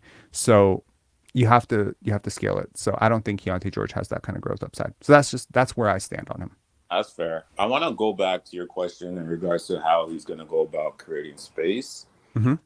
To me, it's more about Scottie's going to create space for him. So then he's going to have to be more of a catch and shoot, off the ball movement shooter. And I feel like he can do that. Can he do it better than Jordan Hawkins? Exactly. Can he do it better than Cason Wallace? He can't do it better than them, but and he can be way more dynamic in that role than Cason Wallace and Jordan Hawkins. Well, maybe not Jordan Hawkins, but definitely Cason Wallace. I think he could be more dynamic than Cason Wallace in that role. Possibly. It's not a for sure thing. But I think he could. Okay. Jordan, I don't agree. Jett Howard, I don't agree either. But the thing is, like, he'll be able to do that in like some ways. But like, I don't think Jordan or Cason will be able to get to the line like he's able to get to the line. But getting to the line is really like a fundamentally important thing if you have the ball a lot. It doesn't matter to me how well Malachi Flynn gets to the line. He doesn't have the ball enough to get to the line. I actually want Malachi Flynn to be like a 15 to 17% usage guy for me. I don't want Malachi Flynn running 28% usage for me. That's how my offense fucks up, right? So last night we just saw KCP just stand and hit threes for Nikola Jokic. Great. KCP did not have to attack the rim unless he was blatantly wide open. Bruce Brown, that dunk in the fourth quarter. I don't need these guys creating offense for me because I have Jamal Murray and I have, Nikola Jokic. Why do I need a fifth guy to do that? Everybody doesn't have to do the same shit. And to me, it's like his scoring, like if you want to look at a guy like a Scoot Henderson, well, he can do that well enough to run an offense. Great. He can do that well enough to be a second option. I don't see that type of potential on him. So why am I running my offense through like my sixth most talented player or my fifth most talented player? I'm never going to. So all of those skills that he has are not really going to come to fruition for me. Getting to the line is not going to come to fruition unless I'm running an offense through him and I'm putting the ball in his hands and pick and rolls, in which case his limited passing is going to fuck me over more than his getting it to the line is going to help me. You see my point? I see your point. He had a high turnover rate. That's agreed. But he had a pretty high, a pretty good. He just doesn't see the floor, man. Like I'm seeing like wide open passes that he is just missing to wide open cutters, corners. I'm seeing this when I'm watching him play. I'm like, this guy's head is down. He's got his own tunnel vision about how he wants to play and how he wants to score, and he's kind of grinding, trying to get to the basket. And sure, I feel the same way about Bryce Sensabaugh, right? Kind of see like a limited playmaking, and everyone just calls it, well, didn't have enough talent, didn't have enough whatever. But it's like at some point, if you're that good, the teammates around you should get better, right? I think he's decent to good as a playmaker out of the pick and roll. Decent to good. I've seen that. And I think his assist percent rate was in the 20s, I believe. So he's capable of making like the next pass. He's capable of making the next pass. Is he going to run your offense? No, that's what Scottie's going to do. So that's the thing also, as well. Rob is dinging. He's dinging Keyonte for not being a great playmaker, but is he dinging Cason Wallace for being this kind of playmaker? Like, what is? I think Cason Wallace is a better playmaker than Keyonte George. He's a very good playmaker, actually, Cason Wallace. That's the thing. I mean, here's the thing, man. Like, if I project these two guys out, like to me, it's not close. Like, I'm just saying it right now. It's not close for me. Like, to me, Cason Wallace is like upside 9 on defense, upside 8 on offense. To me, Keyonte is like upside 5 on defense and like 8 on offense. So the offensive upside is almost identical to me. I just don't see where you see this this upside on the offensive for side. Cason. Yes, not close. It's crazy. I see it in his work ethic. I see it in his growth trajectory. I see it in what I saw from him in high school versus what I saw from him in first year of college. I see it in load usage. I see it in the fact that he's a really good athlete. I think that he'll be able, and he's really smart, man. Like, I think intelligence is so fucking underrated here. Like, he is such a smart player. He will be able to gap and figure out how to play off of better players and be able to exploit those little pockets. Now, you haven't seen like alpha scoring potential from Cason Wallace. Well, I mean, the guy was trying to win basketball games. He's not really going to hijack an offense to, prove what he can do. But Scottie didn't do that either. And we're seeing more and more isolation skills from him every single year, right? So these skills can be developed over time if you're willing to work hard and you have the athleticism and the measurements and, the ability and the will to do it, then absolutely you can. Every single isolation top ISO scorer didn't become that ISO scorer at 18 or 19 years old. I mean, you can develop some of these skills. I mean, look at Jason Tatum and Duke. Did you see this coming? Do you see top 5 player in the NBA coming from him? I don't think most people saw that. If they did, he would have gone number 1 de facto 100%. Those skills have developed over time. The same thing with Jalen Brown. Same thing with James Harden. Like, I think there were seeds of it. But you look at guys like Jason Tatum, you look at guys like James Harden, you look at guys like Jalen Brown. Where were the gaps? If you did this rating for those guys, they hit 10 out of 10, 10 out of 10, 8 out of 10 on every single stat. I think James Harden has drastically underperformed his potential on defense. I think he had a lot of potential on defense. So he was a good defender in OKC. Okay, I see what you're saying in regards to comparing them to guys that weren't that good offensively in college, like Jalen Brown, Barnes, and so forth. But like all those guys had something that he does have. They all had elite size at their position. Huge. Exactly. It doesn't provide that. Right. And I mean, like, I look at a guy like Kobe Buffkin, and I mean, he's not necessarily the most prolific playmaker, right? Per game, he's only averaging like 3 assists. But I mean, it's still a 3 to Barnes 2 was way assist more dynamic in college at FSU. It wasn't even close. Um, relative to who? I have to go. I have to go back to work. Thanks for letting me call in, though. Yeah, Thanks my for pleasure. letting me bring up this topic. I hope we get to talk about Keyonte in the future. Also, I hope we discuss Jet Howard. I think he's a really good movement shooter, can do a lot in this offense. A lot of things that Rob doesn't like about Keyonte in That's terms of where being I'm dominant on going the ball. What does he do in the offense? I think Jet can do those things in terms of being a movement shooter, coming off screens. I don't know what people like in Jordan Hawkins that they don't like in Jet. I'm not really sure about that. Maybe they're digging his defense, but he's That's 6'8". my He's a point. long defender. Duncan Robinson is 6'8". It's you can say he's a bad defender, but it's hard to score over 6'8" guys. Like, it's just hard. But anyways, I gotta go. Love the show. Thanks for letting me call, Rob. And yeah, thanks guys. Bye. Pleasure, man. Have a good Cheers. one. Yeah. So, like you mentioned, what makes you prefer Jordan Hawkins over someone like Jet Howard, for instance? That's actually where I wanted to go next. How he moves. Okay. I like how he moves. I like his defense. I think Hawkins can be a really. I don't think he can be like a lockdown defender at the NBA level, but I think he has positional versatility as a defender, and I think that helps. I think he can guard ones and twos in the NBA, maybe selectively some threes. I think he can participate, and I think he's really smart. Like, he's really smart. Really like his self-awareness. Love his basketball pedigree. Love that he won a championship. I know that that can be somewhat overstated, but you know, it's the Mo Pete effect. Because when I look at Jet, I get I don't know, maybe it's just me, but I get a lot of Klay Thompson vibes. Really. Yeah, like same height, same size, basically really good shooter, good movement shooter. I don't think he's as good as Jordan right now, but he's not that far off. And plus, Jordan has an extra year of college over him as well too. That's fair. He's like I said, for me, it's really the size. For me, honestly, like all the prospects, all they have in common, other than Cason, really, all the prospects that I'm into for the 13th pick are all high volume 3-point shooters. So that's really where I'm going with all of it.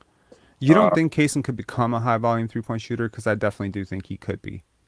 I think he could literally become a 3-and-D guard for you. And I think like he would settle into that role so perfectly. I think sometimes there has to be a little bit of imagination to like what we're looking at with certain players, and you have to be able to like draw the map of like, okay, what did they show versus what could they do? And I think that that's something that we're sort of seeing with Scottie as well. You know, like what did he show at Florida State versus what can he do? You know, with someone like Jet Howard, yeah, I think he's didn't jump off the page to me when I was looking at the tape, to be honest. Like to me, if it comes down to Jordan and Jet, I have to go with Jet just for the size itself. Just if he's another guy that didn't measure the other day. I don't like that, so that's interesting.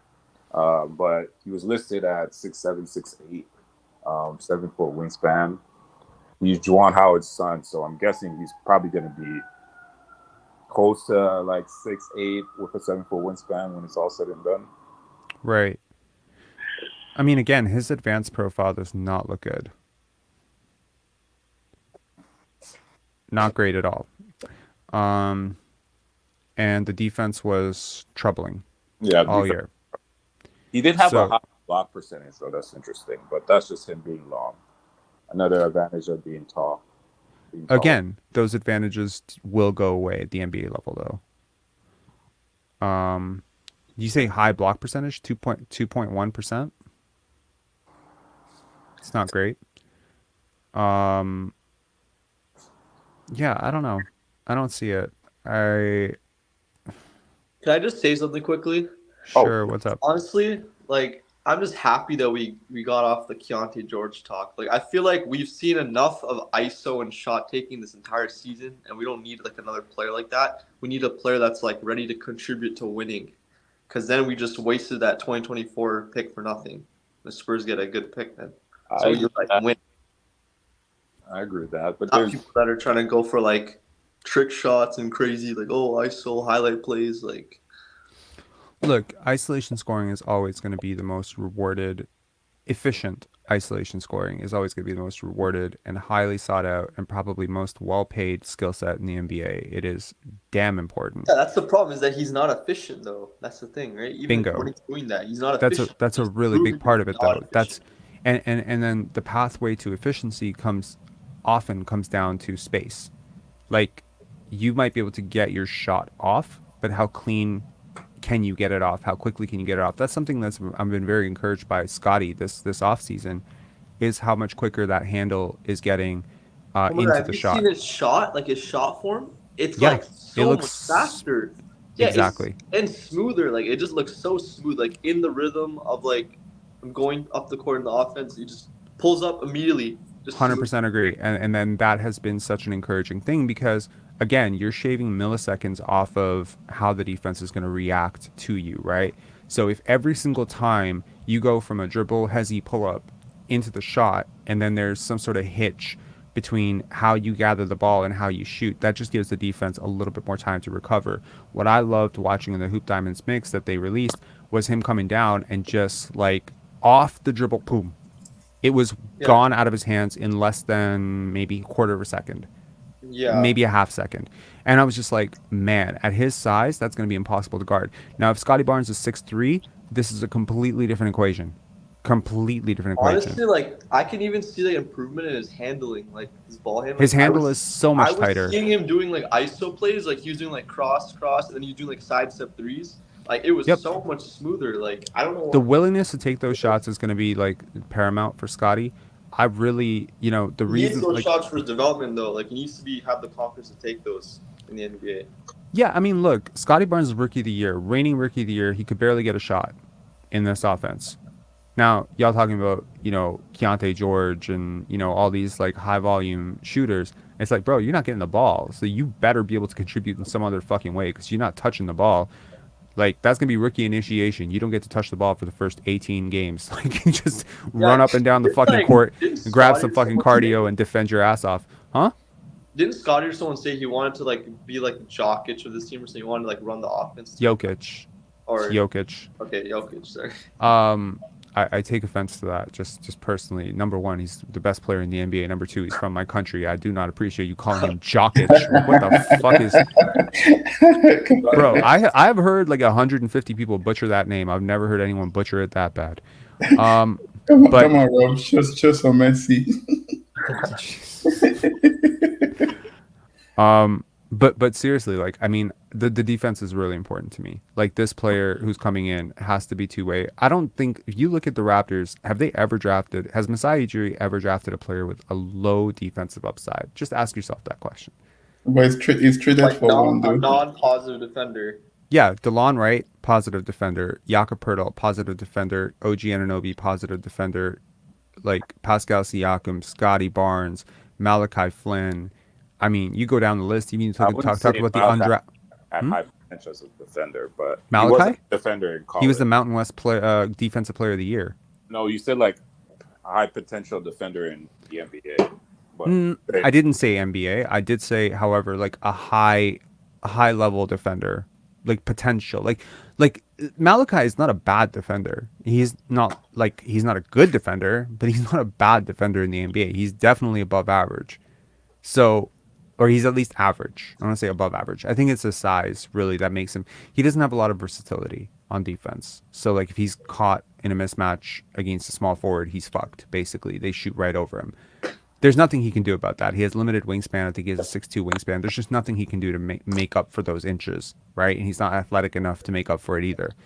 But that was what they drafted at 28, 29, like whatever they drafted him, right? So look at Precious Achiuwa. Two-way potential. Christian Coloco, two-way potential. Every fucking draft pick under Masai Ujiri has been two-way potential. Why do you think they break the mold 13th overall pick? They haven't even broken this at the 33rd overall pick. Yeah, I think he's only gonna draft I think the bare minimum requirement is a positive defender. At least then they look at everything else because it kind of just fits with the culture and identity of the team. I think that's what they always want is someone that's if not like super versatile, like can guard Yeah. 1 through 5. I'm warming up more and more to Rayon, Rupert, and Bilal. I'm warming up to those two names a lot because of the two-way element of it. Wait, you say Ray Allen? No, Rayon Rupert. Oh, okay. I don't know if it's Ryan Rupert or Rayon Rupert. I've heard it said both ways. I think it's Ray Allen. I'm could with be- you with It's Bilal. an A, right? Not so much. You're not so sold on Rupert? No, Bilal, I'm a big fan. Rayon, not so much. What do you not like about Rupert? I'm not seeing the offensive upside like I do with Bilal. Bro, I see the energy in Rayon though. Like he definitely got energy. I think it's just Bilal's shooting numbers in the Pro A League. They're really good. I think he's shooting like 50% on threes. yeah. I think he might be the riser in this year's draft, man. When teams get him into a gym, they're gonna see like, oh my god, right? There's a serious wow factor with athletes like that when you get them into an open gym. How tall is he? 6'7" or 6'8", right? I think he's 6'8". They're saying he's 6'8", but I think it's probably gonna be like 6'6". Wait, is Bilal a shooting guard or is he a small forward? He's a wing. Oh, okay. I have his height listed at 6'8". But 6'6" was 2 years ago. At 16 or 17, he measured in at 6'6". So it's very possible he's grown since then. That's true. He wasn't even supposed to be in this draft. Most people thought he'd be in next year's draft. I'm gonna actually to anyone who's curious, I'm just gonna pull up a video of him, and I hope it doesn't get copyrighted, just so people can kind of understand who we're talking about with him, and just see some tape on him as well. But I really like him. I think there's, and this is definitely a team that has a bit of a history of drafting international players, or at least players with international roots. And it's interesting when when folks thought Masai was scouting Wembanyama, I think it was Bilal that went to scout. I agree with that. Yeah, because they had no chance at Wembanyama. Yeah, I have a feeling this has, like every year there's like that's the guy they really want if they can get him. Like last year, I felt like I wrote an article about the draft last year, and in the players that I said the Raptors will target, I said Christian Koloko was like my third name, and I was like, this makes too much sense, which means it's probably not going to happen for some reason. But that was the name that made sense. I'd be very curious to see if that happens. Let me pull up the only reason I don't see him being the pick is just he's such. I don't know if he's a project, but he's definitely not gonna be in the rotation next year. I think it depends on if we trade for a higher pick. If we trade for a higher pick, then we can take a flyer for a project with the second Yeah, pick. imagine what do you guys think about Scoot and Scottie duo if we trade for third pick and it falls? Think that'd be good or not? that would be a fit made in heaven. I think Scoot is a really, really smart player. The What only about- problem would be what about shooting. though. Scottie and, I don't think he's a good 3-point shooter, and Scottie has Yet. the Yes. yeah. Mhm. So That it's would be good. great. I just don't want to get my hopes up with all this trade talk, and it doesn't end up happening. So I think also worth mentioning, if the Raptors bring back every single person, this player, whoever you're drafting at 13, is at best a 9th man, the 10th man on this team. So you don't Yeah. necessarily need to be like, oh my God, can they help us next year? It's like maybe, but can they help you in spurts? Hang on. But why would Wait, you? I don't understand because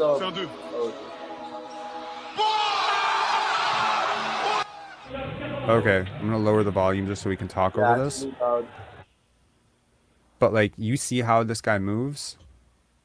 There's a lot to athletically. He has a beautiful. he's very shifty. And I mean, there's nothing wrong with those shot mechanics, man.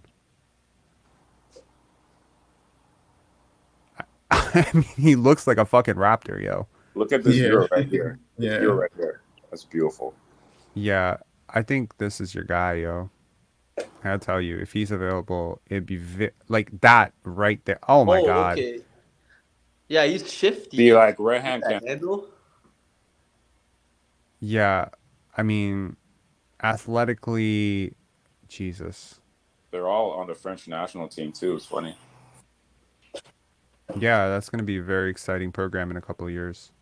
They're already an exciting program, to be honest. But yeah, I mean, yeah, What's he's his just percentages? Like shooting percentages and stuff. shooting very well, All actually. right. Yep. Playmaking. On the move, dribble, that was not Wow, easy to but he do. shoots very well. Yeah. Yeah, this guy actually does scream. Like, it does scream Raptor, to be honest. Now I'm looking more at it. I mean, yeah, these are highlights. I've watched But then would we exactly. trade down from 13? Because I don't think like we would use him at 13, right? No, I think you could grab this guy at 13. you I think can. you can grab it. You take it and run. You don't have to overthink things.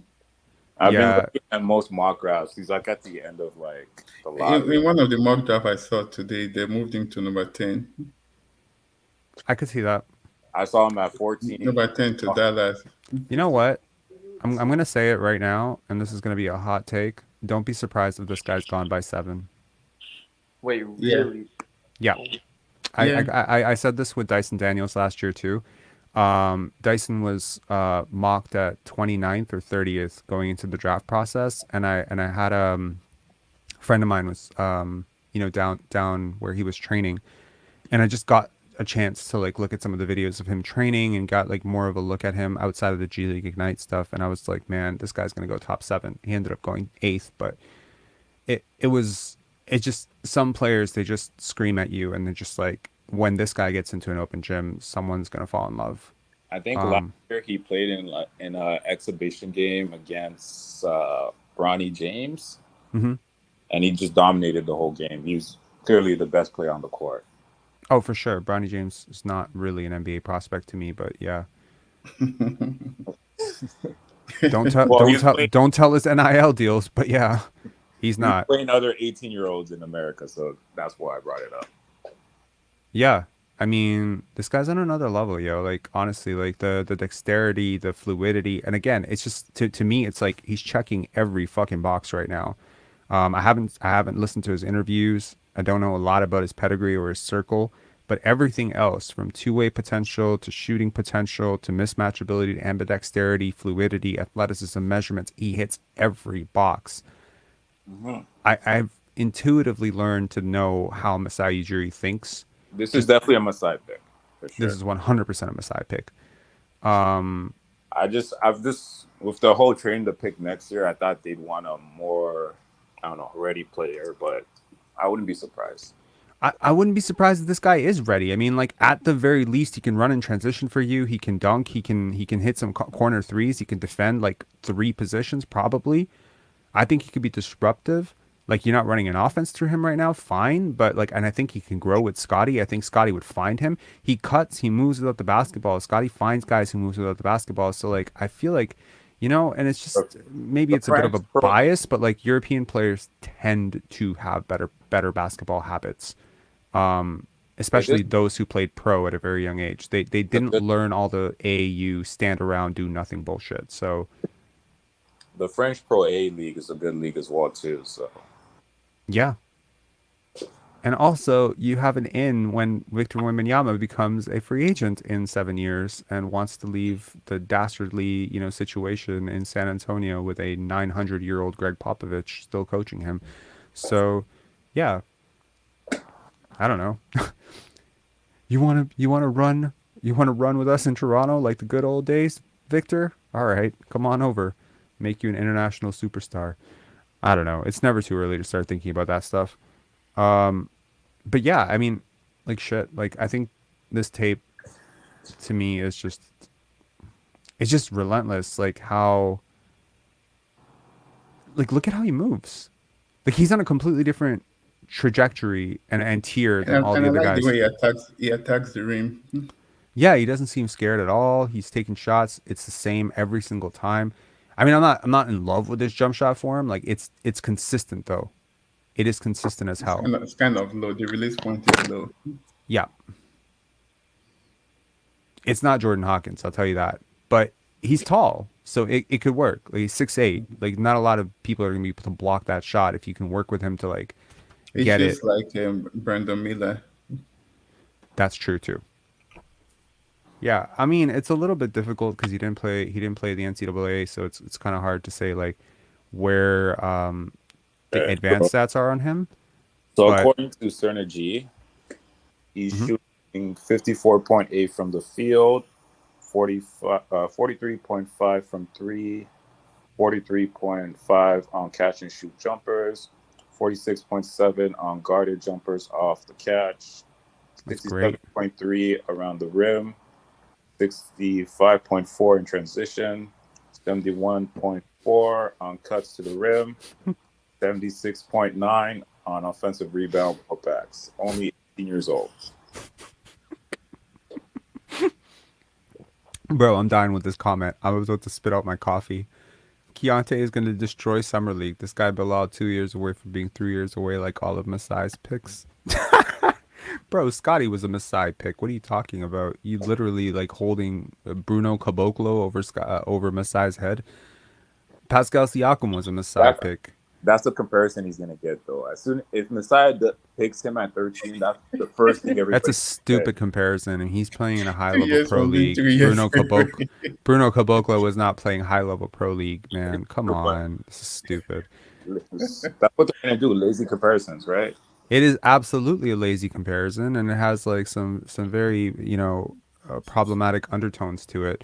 But I will tell you, like, not That's close. fun. That's funny. And That's funny, though. honestly, yo, Country Kong, I'm not trying to get at you or whatever, but you better enjoy Keyonte George blowing up Summer League because he ain't blowing it up anywhere else, bro. It's just gonna be the highlight of his life. Is blowing it up in Summer League because you're not having an offense run around you, bro. Like if you're shooting 32% from the field, like look, the NBA is a revolving door. Like you don't catch on, you get out like within 3 years. Like I just see such high bust potential in him. I'm sorry, I just do. If Moses Moody and Keyonte George were in the same draft, I take Moses Moody 20 times out of 20 and I run. Moses Moody is 14th overall pick. Just saying. And he hasn't been great. What do you think about reports that Houston they're likely going to trade their number 4 pick? Houston's gonna trade the number 4 pick. Yeah, and Portland they're trading their pick. Like it's not even like they're trading the pick. Well, Pascal Siakam, come on down. You're the next contestant on.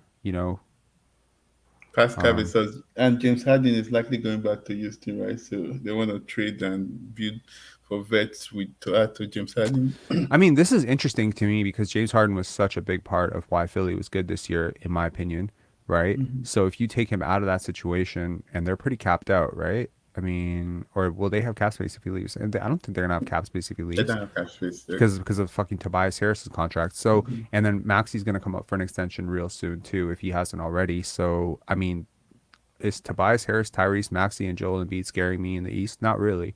The Bucks could be falling off. I think the Raptors need to start planning their next title window. I know it sounds very presumptuous, but given where this season ended, but that's like two very, good teams that are slowly on the decline. Right? You could look at the Cavs as a team that's on the upswing. I don't know what the New York Knicks upside really is. I think the Miami Heat are 1 year away from off. So it's really Celtics, Knicks, Cavs. That's your competition. The Nets are pretty much draft picks and Mikal Bridges for the next 3-4 years. I think there's a real opportunity for the Raptors next year. I really do. To be good. Like to be actually good. And if I look at guys like Otto Porter, potentially Gary Trent coming back, if he comes back, I don't know. I see 8 guys on this team that are really good NBA players. And you start adding a 9th with this 13th overall pick. You start adding a 10th with one guy who develops. Suddenly you're a pretty deep team too. And I really think that Christian Koloko has to be a rotation player next year. I also think Precious Achiuwa has to take a major step up. Like there's so many guys on this team that I believe in that can be good. Let's end this chat with like a final question. I'll ask both of you since you're here. My first question, my only question really is, do you want to see this team make massive overhaul? Or do you want to... I don't want to hear the second question. I don't need to. Yes. Let me finish the question. Everyone gone. Yes. I don't need the second question. That was funny. That's your first, second, third question. That was all the questions. There's no follow-up. Christian, what about you? I hate losing, so no.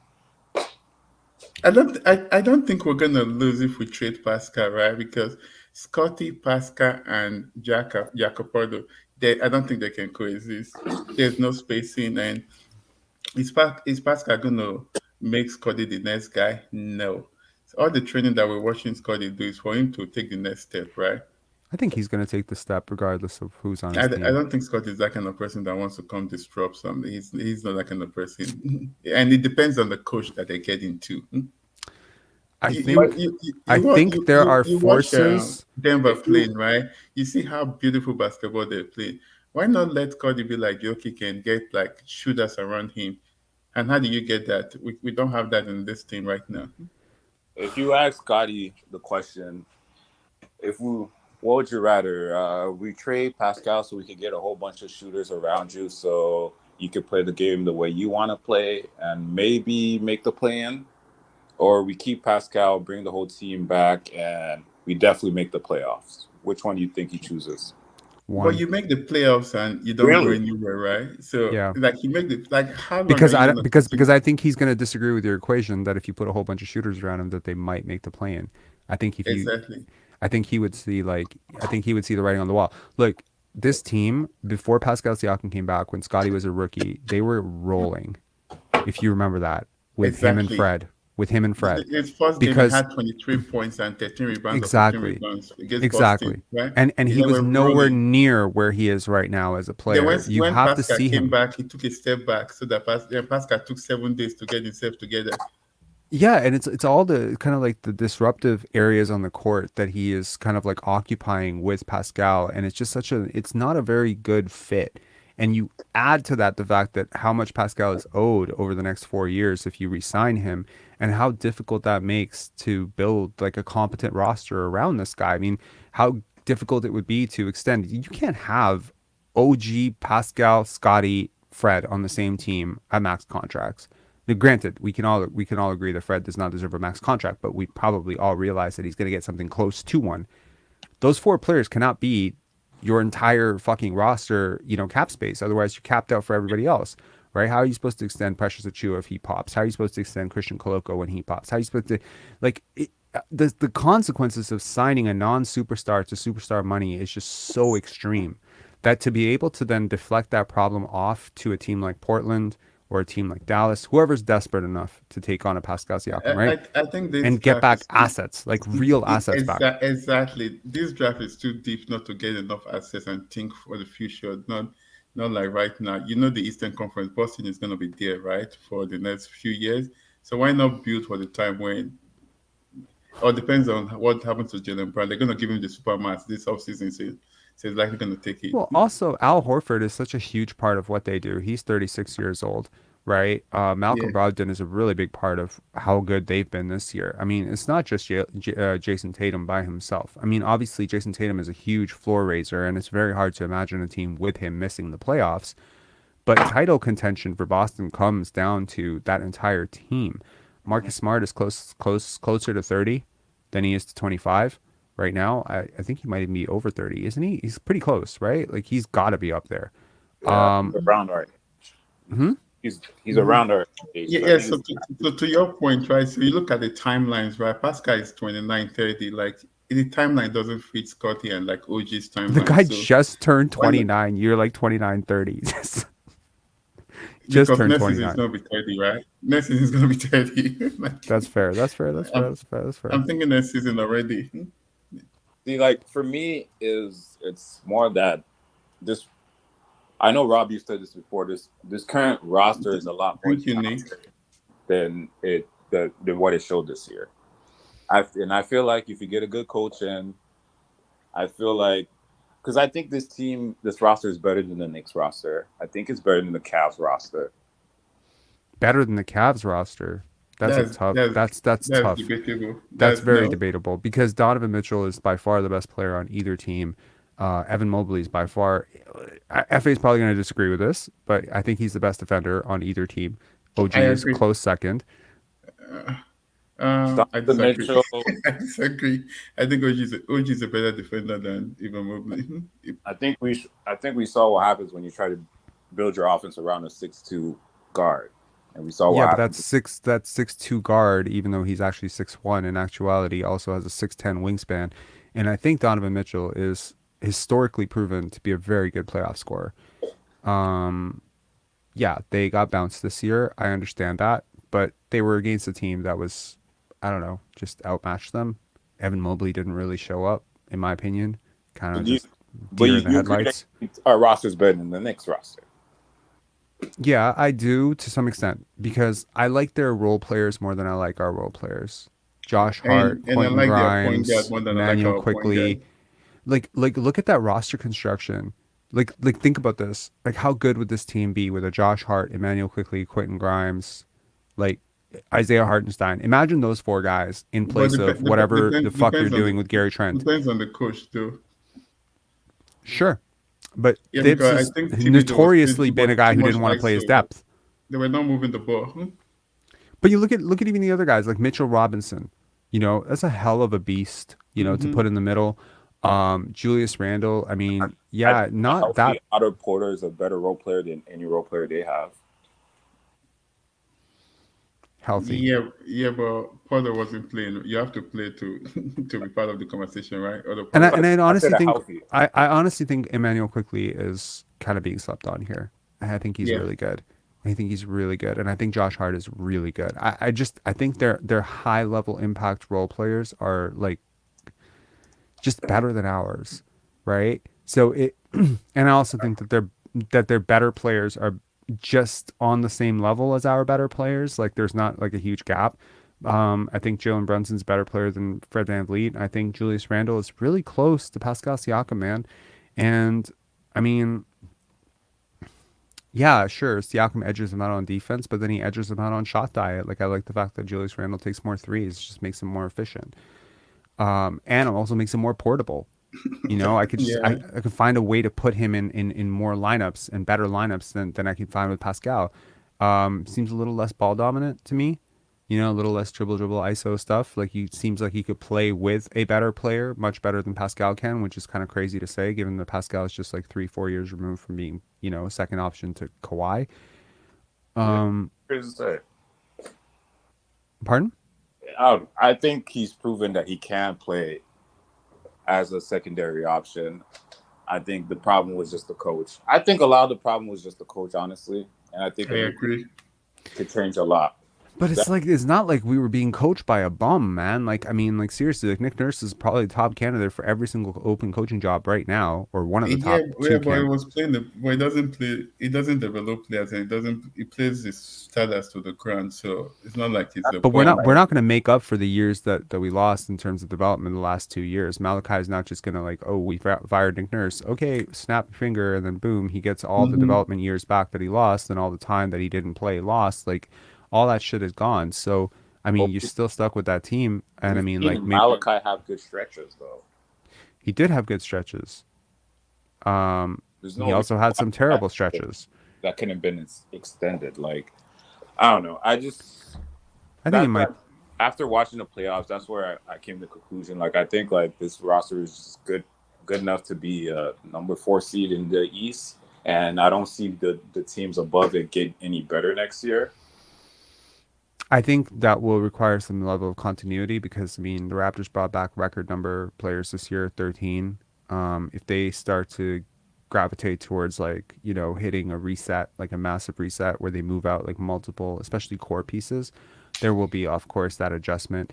Not to mention there's already going to be a massive adjustment with a new coach. Like I mean look at the Boston Celtics when they adjusted from Brad Stevens to Ime Udoka. Like they started out in completely different trajectory, right? So it's not uncommon for a team that's adjusting to a new system or adjusting to a whole bunch of new faces to come out to a very slow start. And for the Raptors, whose upside is not quite as high as those Boston Celtics with Jason Tatum, where they can just reel off 3 months where they're the best team in the league. I mean, that early start could kill you, you know? So yeah, like I mean, if there's an argument for bringing back Fred VanVleet and Pascal Siakam, it is continuity.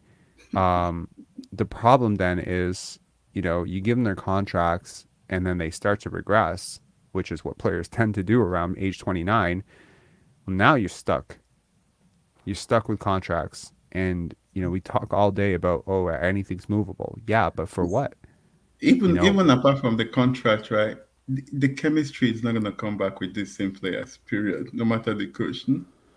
you don't think a new coach holding No, them to new no, standards is going to change no. anything? No matter the standard, like when you manage people right, once it's broken. Almost impossible to But like, fix. I'm confused. But don't you guys think that we are stuck? Like, you guys really feel like they're gonna go in a different direction? Like, to me, it's so obvious they're gonna attempt to bring everybody back. I only see them going in a different direction if for some reason they can't bring back Fred. Then The maybe they problem get is that to bring you can't pay Pascal. them all. But I think the plan is to bring them all back. You're including Gary in that? He's the one who's 50-50. I like, to me, I think everybody comes back except Gary. So then we get to use our full mid-level exception, and then we sign somebody like Bruce Brown and draft 13th. Yeah, And but bringing Fred back, right? You saw the blowback. Fred is not the player he used to be, right? So, He's not. I He's really it's I don't not. not. want Fred back. I just think that's what they're going to do. I think it depends on who they can get if they trade Pascal. Depends on what maybe Portland or Houston or one of those teams. Because a lot of teams in the top 10, they're looking at trading their picks because a lot of them they're tired of development. Detroit said they're going to trade their pick number 5. So 3, 4, 5, they're likely going to be traded. But it's like you're adding a 5th pick and the 13th pick in this year's draft. I I mean, want 2 picks. I need shooters. you need shooters. Who's I need who's a, young players that can grow with Scottie. I'm thinking long term. huh? Watch them take 2 non-shooters with number 5 and number 13, and FA loses his fucking mind on draft night.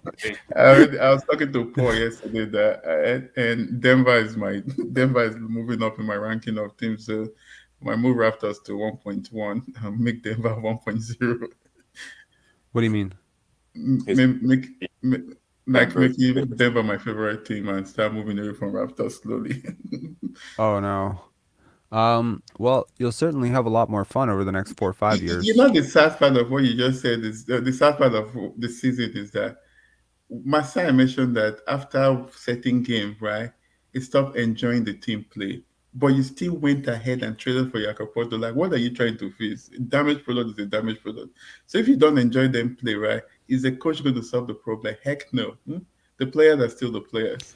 I think coaches can change things. I mean, look at what Mike Brown. Now with Van Vliet and his ego, Van Vliet is not gonna give the reins to like Scottie Barnes. If it feels like we've I gone think through he like will. I think he will. Like I know that he wouldn't last year because he had a contract on the line, right? And I know that Pascal wouldn't because he had a contract on the line. But I think every single player on this team knows where this is going. You cannot hold this guy down. Like okay, Scotty is let's look the at the guy. money piece. You give Van Vliet 120, Pascal 180 or 190, OG 160 or 170, right? Like look like Oh, it's not someone's definitely on the odds out. Like yeah, someone's definitely going out. not even one, it might You're be not. one or two. And with the new collective bargaining, where you get to a point where like you can't even sign any player anymore, you can only get minimum players. You can't even trade. Like you have to bring in the same salary you're sending out. Yeah. Um, I see your point. And these players cannot win championship period, except Scotty takes a big leap, which I don't see on next season because the jump shot is not just going to improve from like drastically. It's going to improve, but it's not going I to be think like I think I've seen drastic improvements over a summer, especially for a player who's been trending in the right direction. He took a higher volume of threes last year. I saw like some shooting potential in the mid range. It just got a little bit better throughout the year. yeah, but then Um, it depends on the coach. Are they going to make him I really take those think like shots? with okay, like so my girlfriend was just talking yesterday about like she like attended some prenatal class or whatever for babies and stuff like that. And so she was like looking at an 8-month-old and a 9-month-old. And she's like, "Oh my God. Like that baby grew that much in a month. Should, That's should I tell you congratulations? Not yet. So we're just looking at that, and so she was like, and I was just thinking about it. I was like, man, that's kind of like with basketball, right? Like a guy goes home for one summer, comes back, totally something snapped, right? That type of growth isn't usually possible beyond the age of 25. You rarely ever see like a guy go 27, 28, and it's like boom, big jump. But those types of exponential jumps in some skill set, be it jump shot, be it handle, be it defense, be it athleticism, whatever, they do come early. And Scotty's 21, going to 22 this summer. So I think Scotty this has is, it already. The mindset is what I'm worried about. The mindset but of the like, mindset is, but see, look, when I talk about this little list here, self-awareness is such an important thing. Does Scotty know that he needs to be more assertive on offense, or is he fighting it?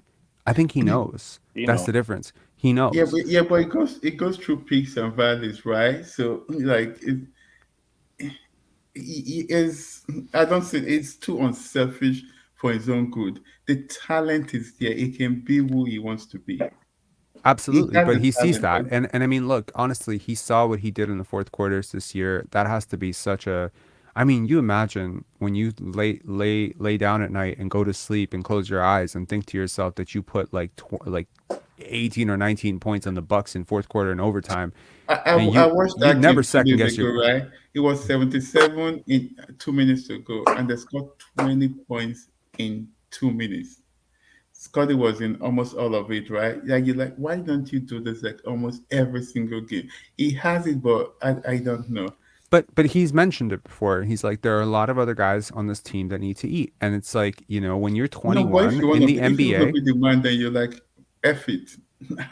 Yeah, I don't but care. that comes, and look, some guys I don't have care if you that. eat. I'm gonna eat my balls, and whether you eat or you don't eat Sure, like that. some Yeah. guys have that from a very early age. Like some guys like Jalen Green, he's like, "Fuck you, I'm getting mine."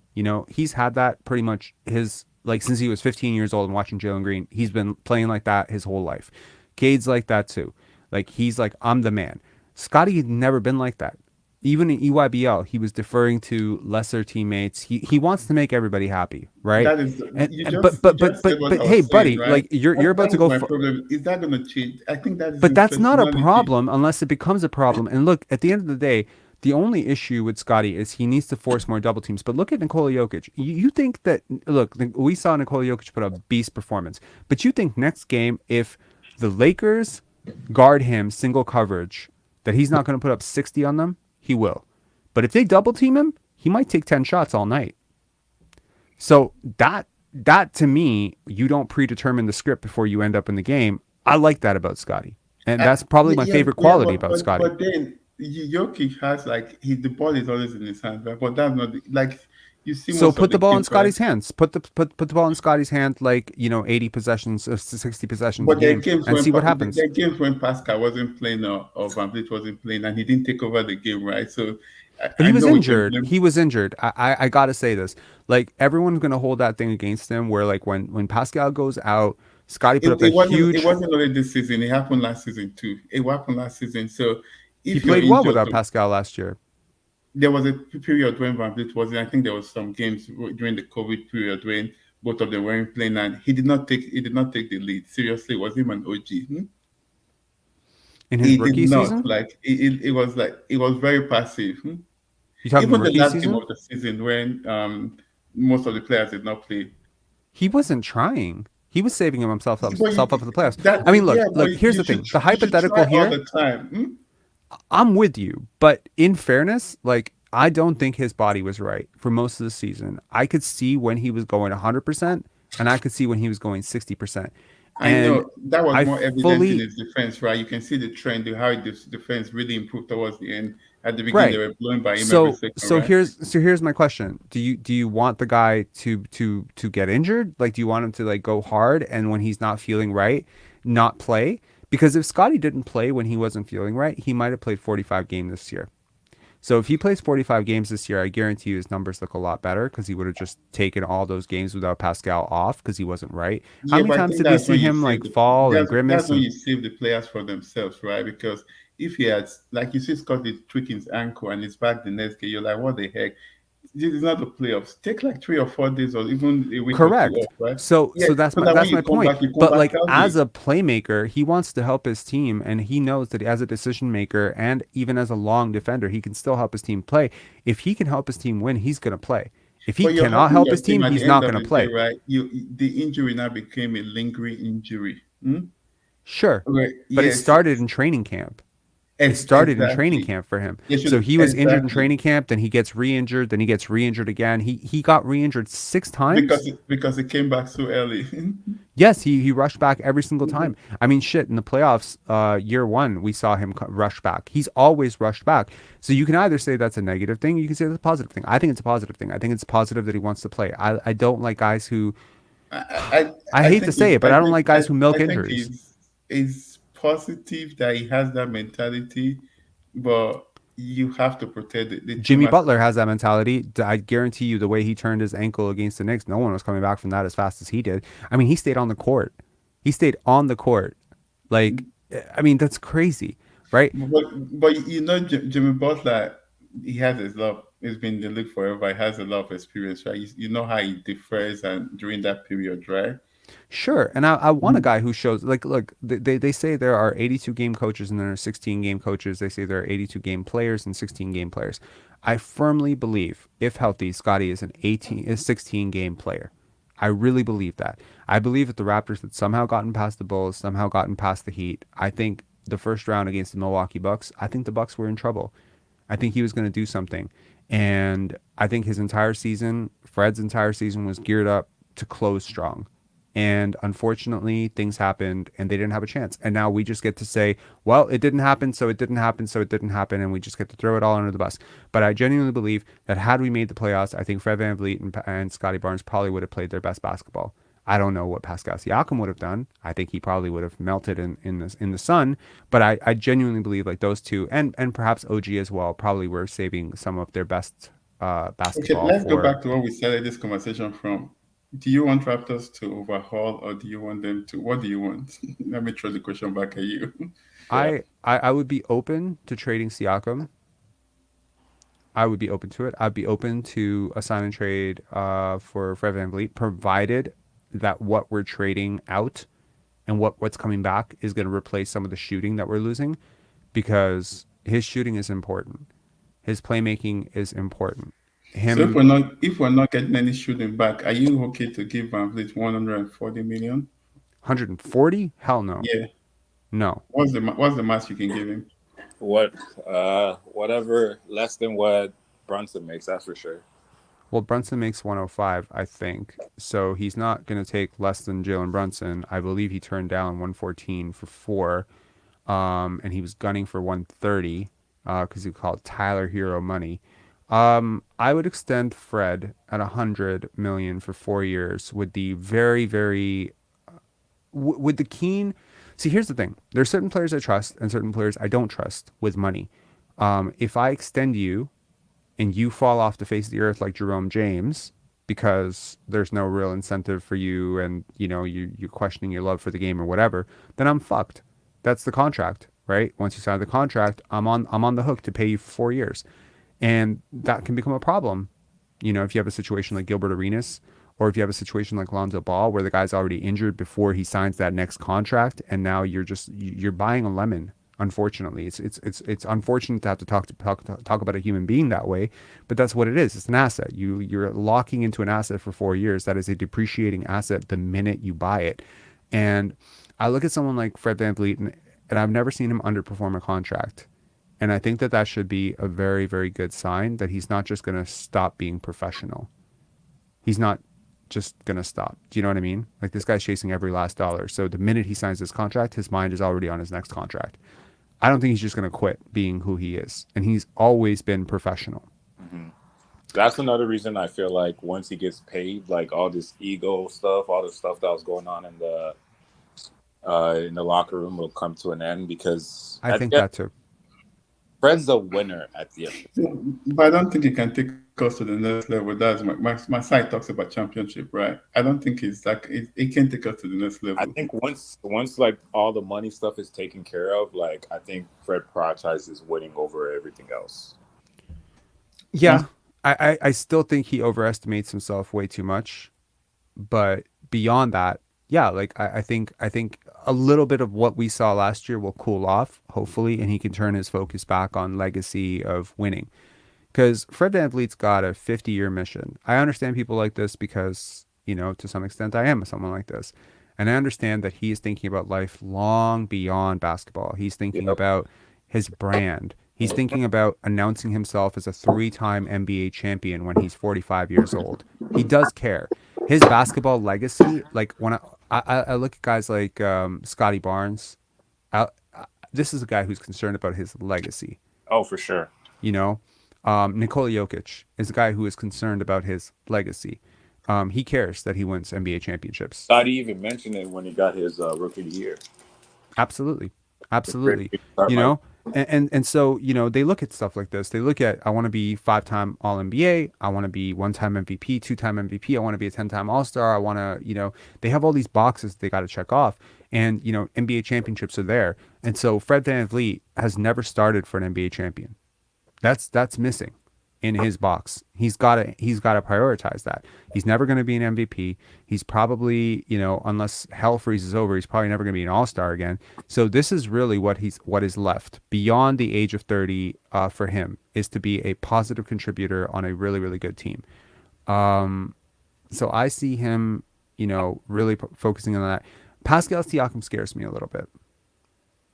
It could have been the pandemic, definitely, but I saw a downtick in his effort defensively, offensively, training, quote unquote, love for the game, attitude, everything once he got paid. And I've seen, a return to form right when it's time to get paid again.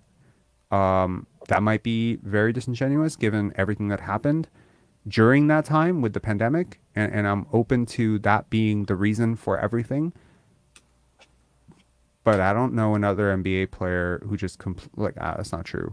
I don't think the average NBA player just stopped playing basketball for 4 months. I don't think the average NBA player just melted in the bubble that way. And honestly, it's a very, very good case to be made that his best year was 2018, 2019, and he has not touched that year since. Raw numbers be damned. I'm talking efficiency, impact, defense, all of it. In terms of impact on winning, you're talking about a guy who you might be extending for the next 4 years, whose best season was 4 years ago. That's scary as hell to me. Because the defensive effort should not dial down this much. He's not old. Like at 25, 26, you should not be dialing it down on defense just because your load on offense has gone up. And there's just a few things that I've just not seen him improve on in the last 3-4 years that I'm just like, this should have come by now, and it hasn't. I also really, really don't understand how he's supposed to fit into an offense that's not running around him, given his current skill set. And I don't want to run an offense around him. So that's kind of where I'm at. So yeah, to long-winded answer, I would be open to moving off of Pascal Siakam. 100%. So that's the one you prefer, other than bringing everybody back. Yeah, I would bring everyone back except for Pascal. I would trade Pascal. So what happens if you draft a point guard like Cason Wallace? Are you still going to trade? Are you going to be open to trading VanVleet? I'm already open to trading VanVleet. I'm open to it, provided, as I said, provided you get back shooting back and that you get defense Well, you can back. get shooting in free agency, like this guy from Philly, is it Shettin or what his name is? You can get Shake some Milton? shooting from. Yeah, Shake Milton, yeah. Yeah, but are you getting great two-way impact there? Because it's hard, man. To get the rarest type. I don't know why you guys keep saying VanVleet is not he's not a bad defender. He's not a great defender anymore. He's not a great defender, but he's not a bad defender. In terms of defenders, I think okay. he's still. I think he's still. But you're getting Cason Wallace, who is a good defender. He's also a rookie. That's a big part of it. It's an adjustment. No matter how great he is, he's going to take a little bit of time. Championship next year. Sure. But So, you yes, also so don't want to miss the playoffs because you have a rookie point guard, and I don't think. Yeah, I also don't think that's necessarily the healthiest thing for Cason. We had VanVleet, Pascal, OG this year, and we didn't make the playoffs. I think that's a lot of self-sabotage. I think if you do this season like 100 times, this is probably the worst possible outcome. For Like, sure. I don't know how you like I'm looking at this roster and I understand that everyone is just gonna, read the script at the end and say, well, the end was they missed the playoffs and therefore I now have to readjust my thoughts on every one of these players. But I refuse. Do you think I simply refuse. This Bam is probably the Bam is most gonna talented team I've ever he's seen. gonna Like Hmm? Miami only had like what 3 more wins than us, and they're in the Eastern Conference Finals. Like Exactly. So not even it's like, 2 more wins than us. Jimmy Butler, Kyle Lowry. Yeah, but like how many there's more so wins much did the Lakers parity in have the than league us? right now. Honestly, like I wouldn't be surprised if Raptors are in the Eastern Conference Finals next Bro, year. the Lakers and the Heat were both play-in teams. Can we let that sink in for a second? Yeah, Both teams like were in the play-in, and they're both in the Eastern Conference Finals. Le, Sorry, Le, they're both in the LeBron, conference finals. yeah, but yeah, like but Okay, but we LeBron, don't know AD, what we Jimmy don't know. Butler. Like, I'm not trying to compare Scotty to LeBron and Jimmy Butler. I understand he's not on that level, but you don't know what this guy could have done. And I'm telling you, if his fourth quarter scoring and dominance was any indication, like this guy can effectively command a double team right now. I think he's there. I think he's at a point right now where if his legs are right and his body is right, like I'm just, oh man, I know I've gone on my Scotty rants before. Rob, if they brought everybody back, got a good coach, whatever, a good coach, and 2024 in 2024 around April around this time in 2024 they're in the Eastern Conference Final. Are you shocked? No, Me neither. no, not at all. Because I think, look, some of my favorite players are very Scotty adjacent. They're like a lot like Scotty. Kawhi is one of my favorite players. Jason Tatum is one of my favorite players. Jokic is one of my favorite players. What do I like about these guys? You can't stop them one on one. You just can't. There's no defender that you can just throw on them and just be like, okay, stop them one on one. Scotty has so many little tricks and moves around the basket. His release point is so high. Once he figures out this other stuff, you can't stop him one on one. Now, the question is, when you double a guy, how well does he react to the double? Does he pre-react? Does he react late? Does he react accurately? I think Scotty pre-reacts to doubles. I think he will be able to see the double before the double sees him and what he's about to do. And so that creates a recipe for an absolute monster in the playoffs, because the playoffs are all about that, right? It's like Jokic, right? Jokic is the greatest example of this, because you try to shade on him a little bit and someone's going backdoor. You sag a little bit off the shooter and that shooter spaces out 2 feet, it's right in his pocket and it's out and it's in the net before you even recover. That type of awareness mixed with a scorer who cannot be stopped one-on-one is a recipe for destroying playoff defenses, because it's literally all matchups in the playoffs. It's like, can you stop me one-on-one? If you can't, you're dead, right? If there's 4 competent shooters and decent spacing around a player who cannot be stopped one-on-one, whether you talk LeBron, Michael, whoever, go look on the list of players. And every single time you have notorious playoff chokers, it's usually because they can be stopped one-on-one or they don't react well to doubles. So I'm just going down the list of like all these players that apparently, like they're so great, whatever, or they rely too much on fouls. Chris Paul, James Harden, it just goes down the list. Joel Embiid. Yeah, so I just think Scotty is a monster waiting to happen in the playoffs.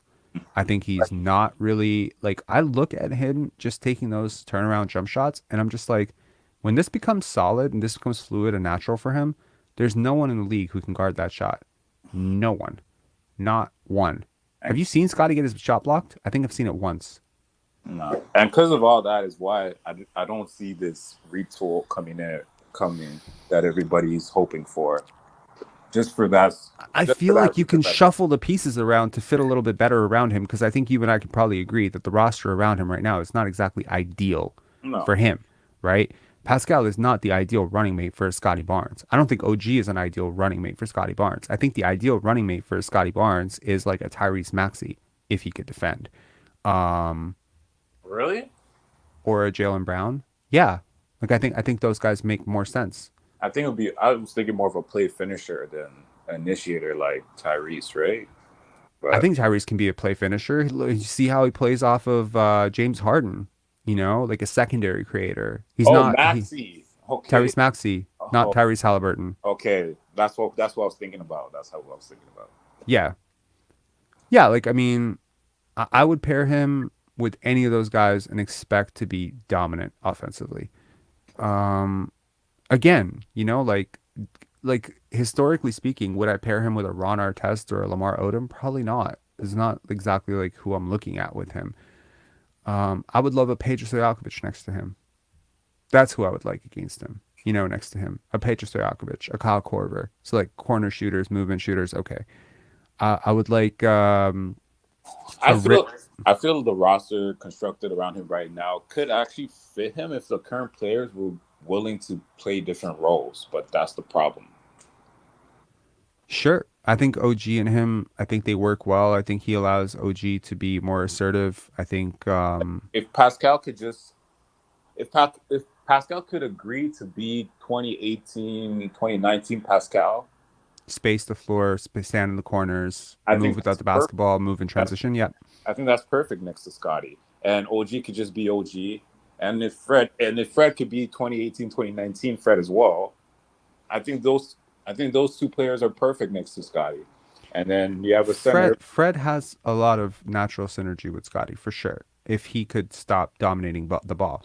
Like honestly, when watching the playoffs, I don't think I've seen a single player other than Bones Highland, maybe. Yeah, Bones Highland for the Clippers is the only other player where I was like, oh, come on. I don't see players like this just dominate possessions the way Fred VanVleet did this year that I are need on to run Fred's now, talent guys. level. I need to Peace, run man. now. Yeah, thanks, Have a good guys. one, Effie. See you, Yeah, man. I'm gonna go soon. Yeah, as well. me too. All right, Chris. Thanks a lot for coming on, man. Appreciate it. Really good chat about Keyonte George. I really hope we don't draft him, but just that's where I'm at. I will definitely watch more games though. I'll watch a few more games. I'm open minded. I will watch with bated breath as I definitely understand where you stand with this. Like knowing everything I know about you, how you feel about basketball, like Keontae's everything that he's pretty much represents everything that you don't like about basketball almost. So I'm not surprised. It's just like, I don't know. I just think like the players that you're really interested in drafting are like the type of players that Raptors have consistently drafted in the past. And I just want a little bit more of a shakeup. That's all. But like, I mean, I know we've been successful with these players and such, but like, it's not mutually exclusive though. Like just because you want more creativity doesn't mean you have to compromise on defense. Just because you want someone who's got a bit more of the bag doesn't mean you have to compromise on length and positional versatility. Positional versatility in a vacuum or an outside of vacuum is always a good thing.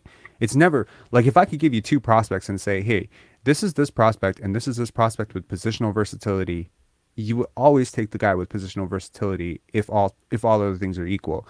Just like if I said, here's two prospects, but this guy, they're the exact same, they're clones, but one guy can shoot really well.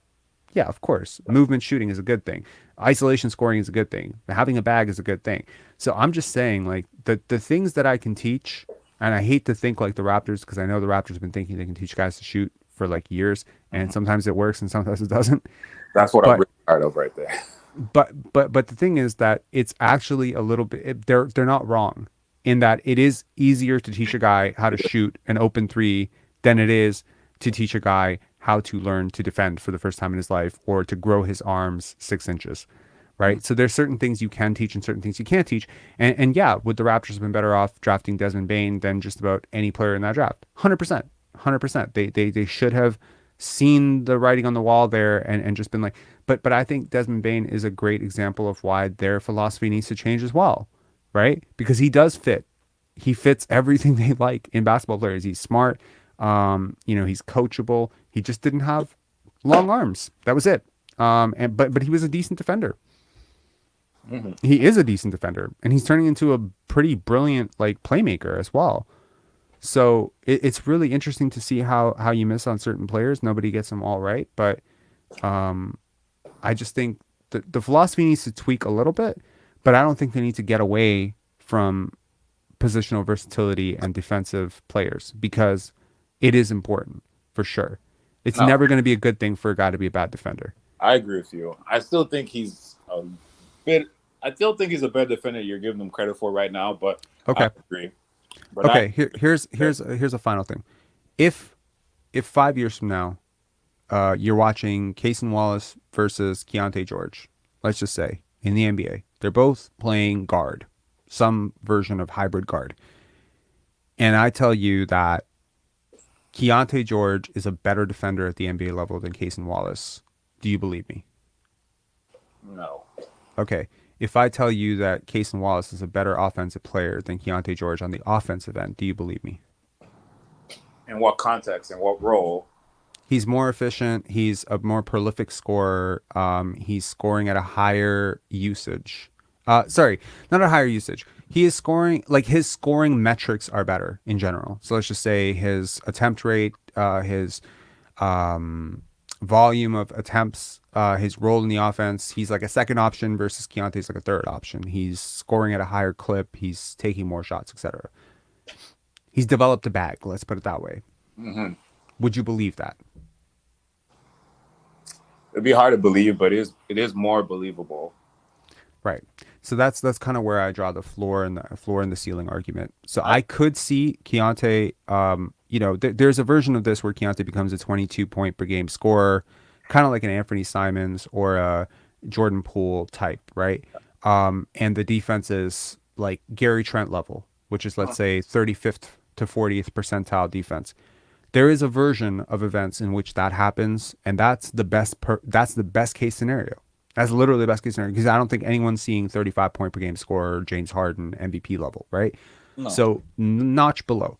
Mm-hmm. I think there's a version of reality in which Cason Wallace becomes the epitome of 3-and-D point guards, like Drew Holiday, where he's like not only a 20 point per game scorer, not only 6-7 assists, but also like a defensive player of the year candidate.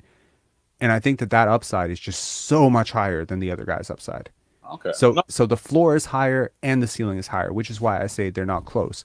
Now, if Cason hits his floor and Keyonte hits his ceiling, now we're talking Keontae's better than Cason. But in order for both those things to happen, one guy's going to have to drastically outperform expectations. The other guy's going to have to drastically underperform expectations. And there's nothing in their character profile or nothing in their interviews that's giving me any sense that Cason is going to be anything but close to his upside. That's where I'm at. Yeah. Okay. But I could be wrong. Hell, 3 years from now, we're looking back at this, be like Cason Wallace, 8 point per game, bench guard, Davion Mitchell, part 2, and, Keyonte George, 25 point per game, microwave electric scorer for, I don't know, the Washington Wizards or something like that. And it's just like, whoa, how did I miss this? Won't be the first time.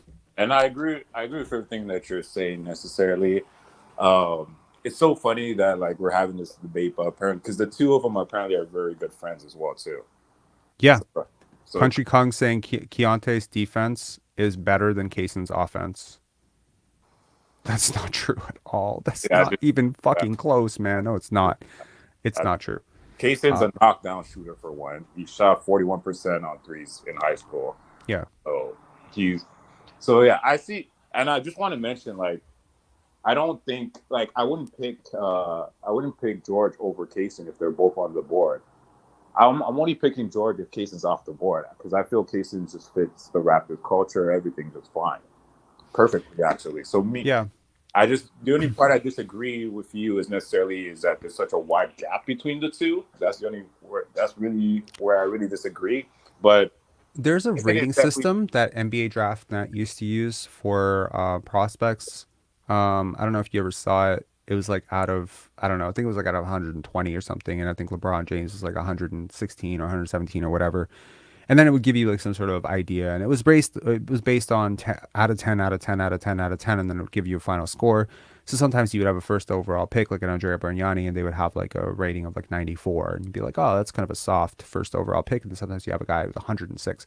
So if like, let's just simplify the rating out of 100 as a prospect, and let's just say Victor Wembanyama is a 99, right?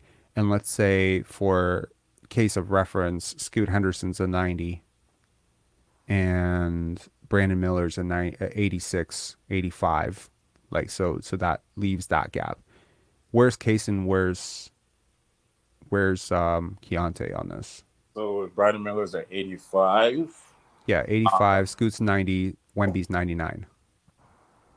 I'd say Cason's 80. Okay. And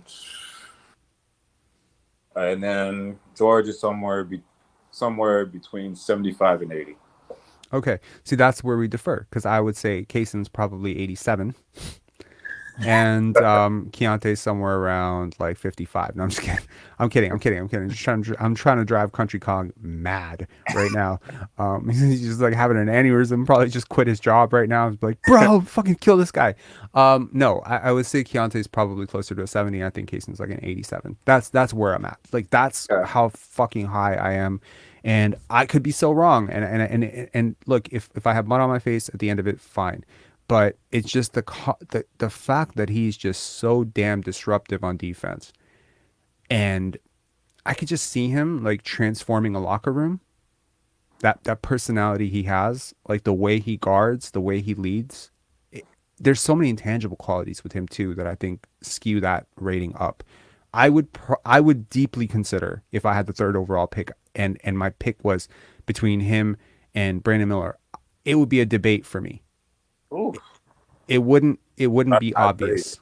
That's some serious high praise. I mean, look, I think like, okay, like first of all, I wouldn't be picking between those two guys. And I'm not going to tell you who I would pick at 3, but I wouldn't pick those two guys. But let's just say like, you know, let's say Thompson's off the board because I do see like a tremendous amount of upside there, right? Despite the shooting woes. So like if I'm 5th and those guys are both there, that's where I start to be like, okay, one guy doesn't finish as well. One guy's a little bit older. One guy doesn't get into the paint as well. One guy's got positional size. The other one's got like this extreme defensive upside.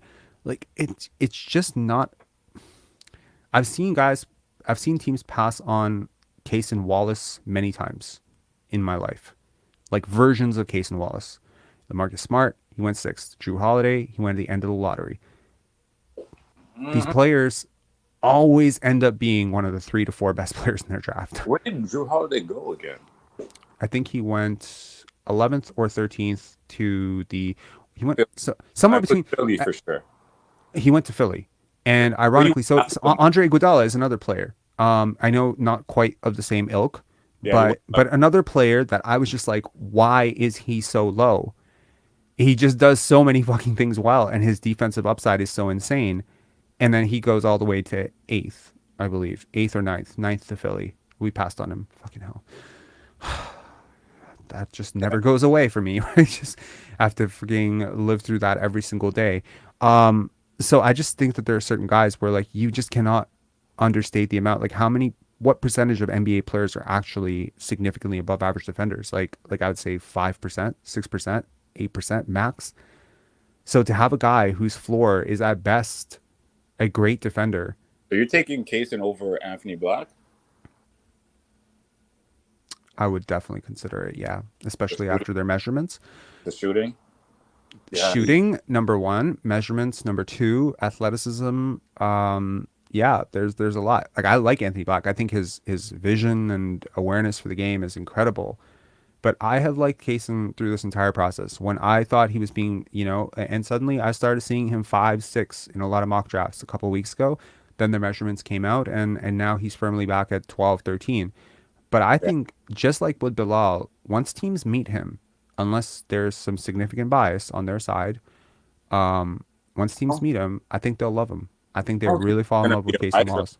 I honestly feel like he's gonna be there at 13 because unlike someone needs to get fired if he's there at 13. Because I feel like unlike guys like Dyson Daniels 2 years ago, last year, like he doesn't have the size like that.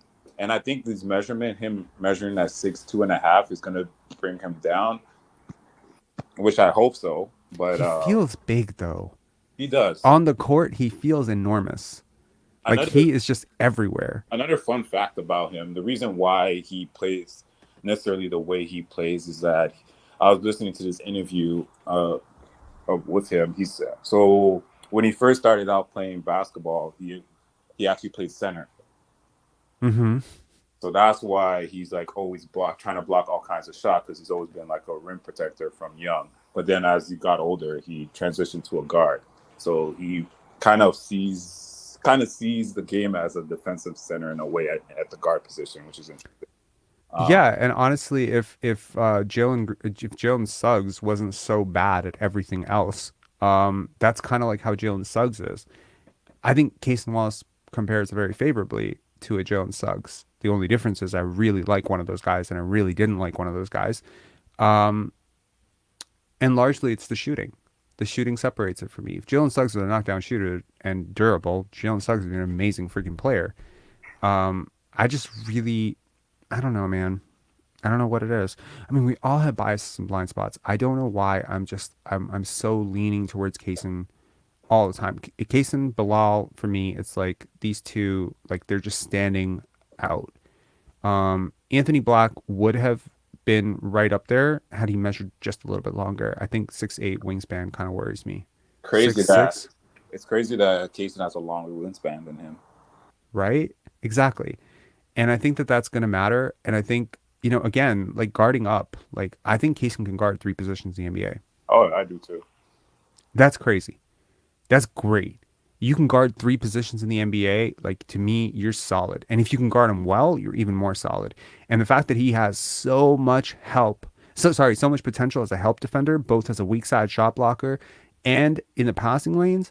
Like, this is a guy who can pretty much, like in his prime, like transform one side of the floor for you defensively. And that can spark so much offense. He can space the floor. I just look at how do you impact other players? Like, how much better are you making other players? And his defense can make other players better. I think his positional versatility makes other people better. I think his offense can make other people better because he doesn't force anything. He's quick off the ball. He moves off. He's a good secondary playmaker. I think in time he can learn to be a good primary initiator in a pinch if he needs to be. He spaces the floor. He's always got like this sort of accurate understanding of where he needs to be on the court. I just like him. There's nothing I don't like about him. Yeah, he measured an inch shorter than I would have liked him to. If he measured out at 6'5", I'm pretty sure he goes top 5. You know what I mean? So if that's the gap, if that's like, man, I feel like I'm about to speak like Masai speaks about, you know, Fred VanVleet, but he's 6'9" at heart, man. He's 6'9" at heart. Black Nubian says it best. He said, "Winners win." I agree. I'd love it if he's there at 13. Honestly, I would too. I'm gonna like when I'm done with my editing today and Pendant's prep and shit, because we're just working on announcing our dates next year and trying to make sure, like my girlfriend and I are trying to make sure, like let's just not have a baby like when Pendant starts. Like let's just try to map out these dates, you know. But yeah, once I'm done with that, like I'm gonna start playing NBA 2K23 and start mocking Cason Wallace to the Raptors 100 times over, just like I did with Scottie, and just see if I can, you know, get that. Or maybe, you know, it's my fucking video game. Maybe I'll get Victor Wembanyama to fall to 13. Oh, what's crazy? Like I used to play 2K. Like this is like I want to say maybe like 5 years ago, and like whatever. So I do the whole, you know, is it like GM mode? I forget what it's called. Yeah. My GM. Team. Yeah. It's so funny. It's like I drafted Scottie to the Raptors. Like you did too? Years ago. Me too. Like years when ago. When he was on Oregon, when he was supposed to go into Oregon, and he was I think he was number 32. Yeah. I was just like, I remember drafting him. I'm like, I never heard of him before. I'm like, Scottie Barnes. Because, you know, you upload the players from online and stuff like that. Yeah. You download the draft class. Exactly. So it's pretty I used to basically, so what I used to do is I used to be really bad that year. Or if I wasn't really bad, I would trade, you know how easy it is to trade draft picks from stupid teams in the NBA 2K. So I would trade like a bunch of picks, maybe for Pascal, maybe for Fred or something like that. I would somehow find a way to get like the number 1 or number 2 pick. I would always draft Evan Mobley. And then I would find a way to get the number 6 or number 5. And I would always draft Scottie Barnes. One year, I had the number 4 pick and they were both on the board. And that's when I realized that how much I liked Scottie. I actually picked Scottie. So funny. So yeah. Me, whenever I do that, I was actually I'll be looking to draft Kuminga, funny enough. Kuminga. I drafted him once when he fell to 18.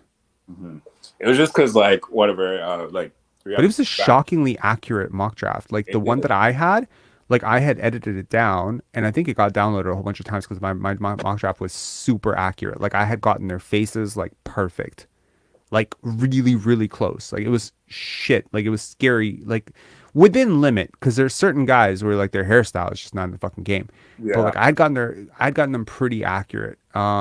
Scottie was a 77 rated, Evan Mobley was 78, Cade was 79, Jalen Green was 79. So it was like pretty realistic too. Um, I think there was this one extreme year where, oh my God, I'm trying to think, like Josh Giddey fell down to 15, but for the most part, it was pretty accurate. Like guys kind of went where they actually went. Like Yeah. Scotty never was around past 7 because usually I grabbed him.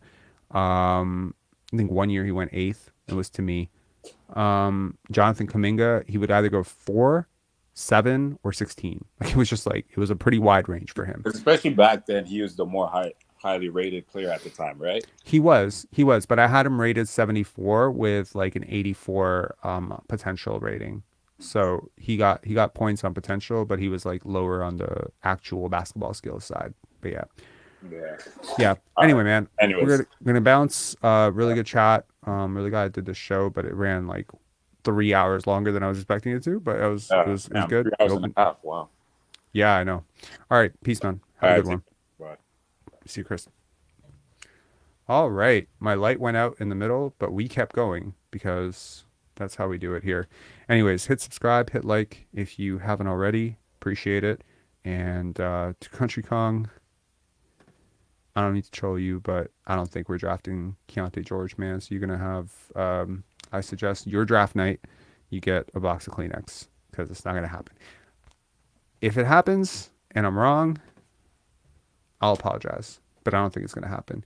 Doesn't fit the profile. Maybe that's a good thing, but I don't think the reasons that he doesn't fit the profile are, should I rename this entire video 150 reasons why the Raptors shouldn't draft Keyonte George? Maybe. All right. Have a good one, guys. Peace.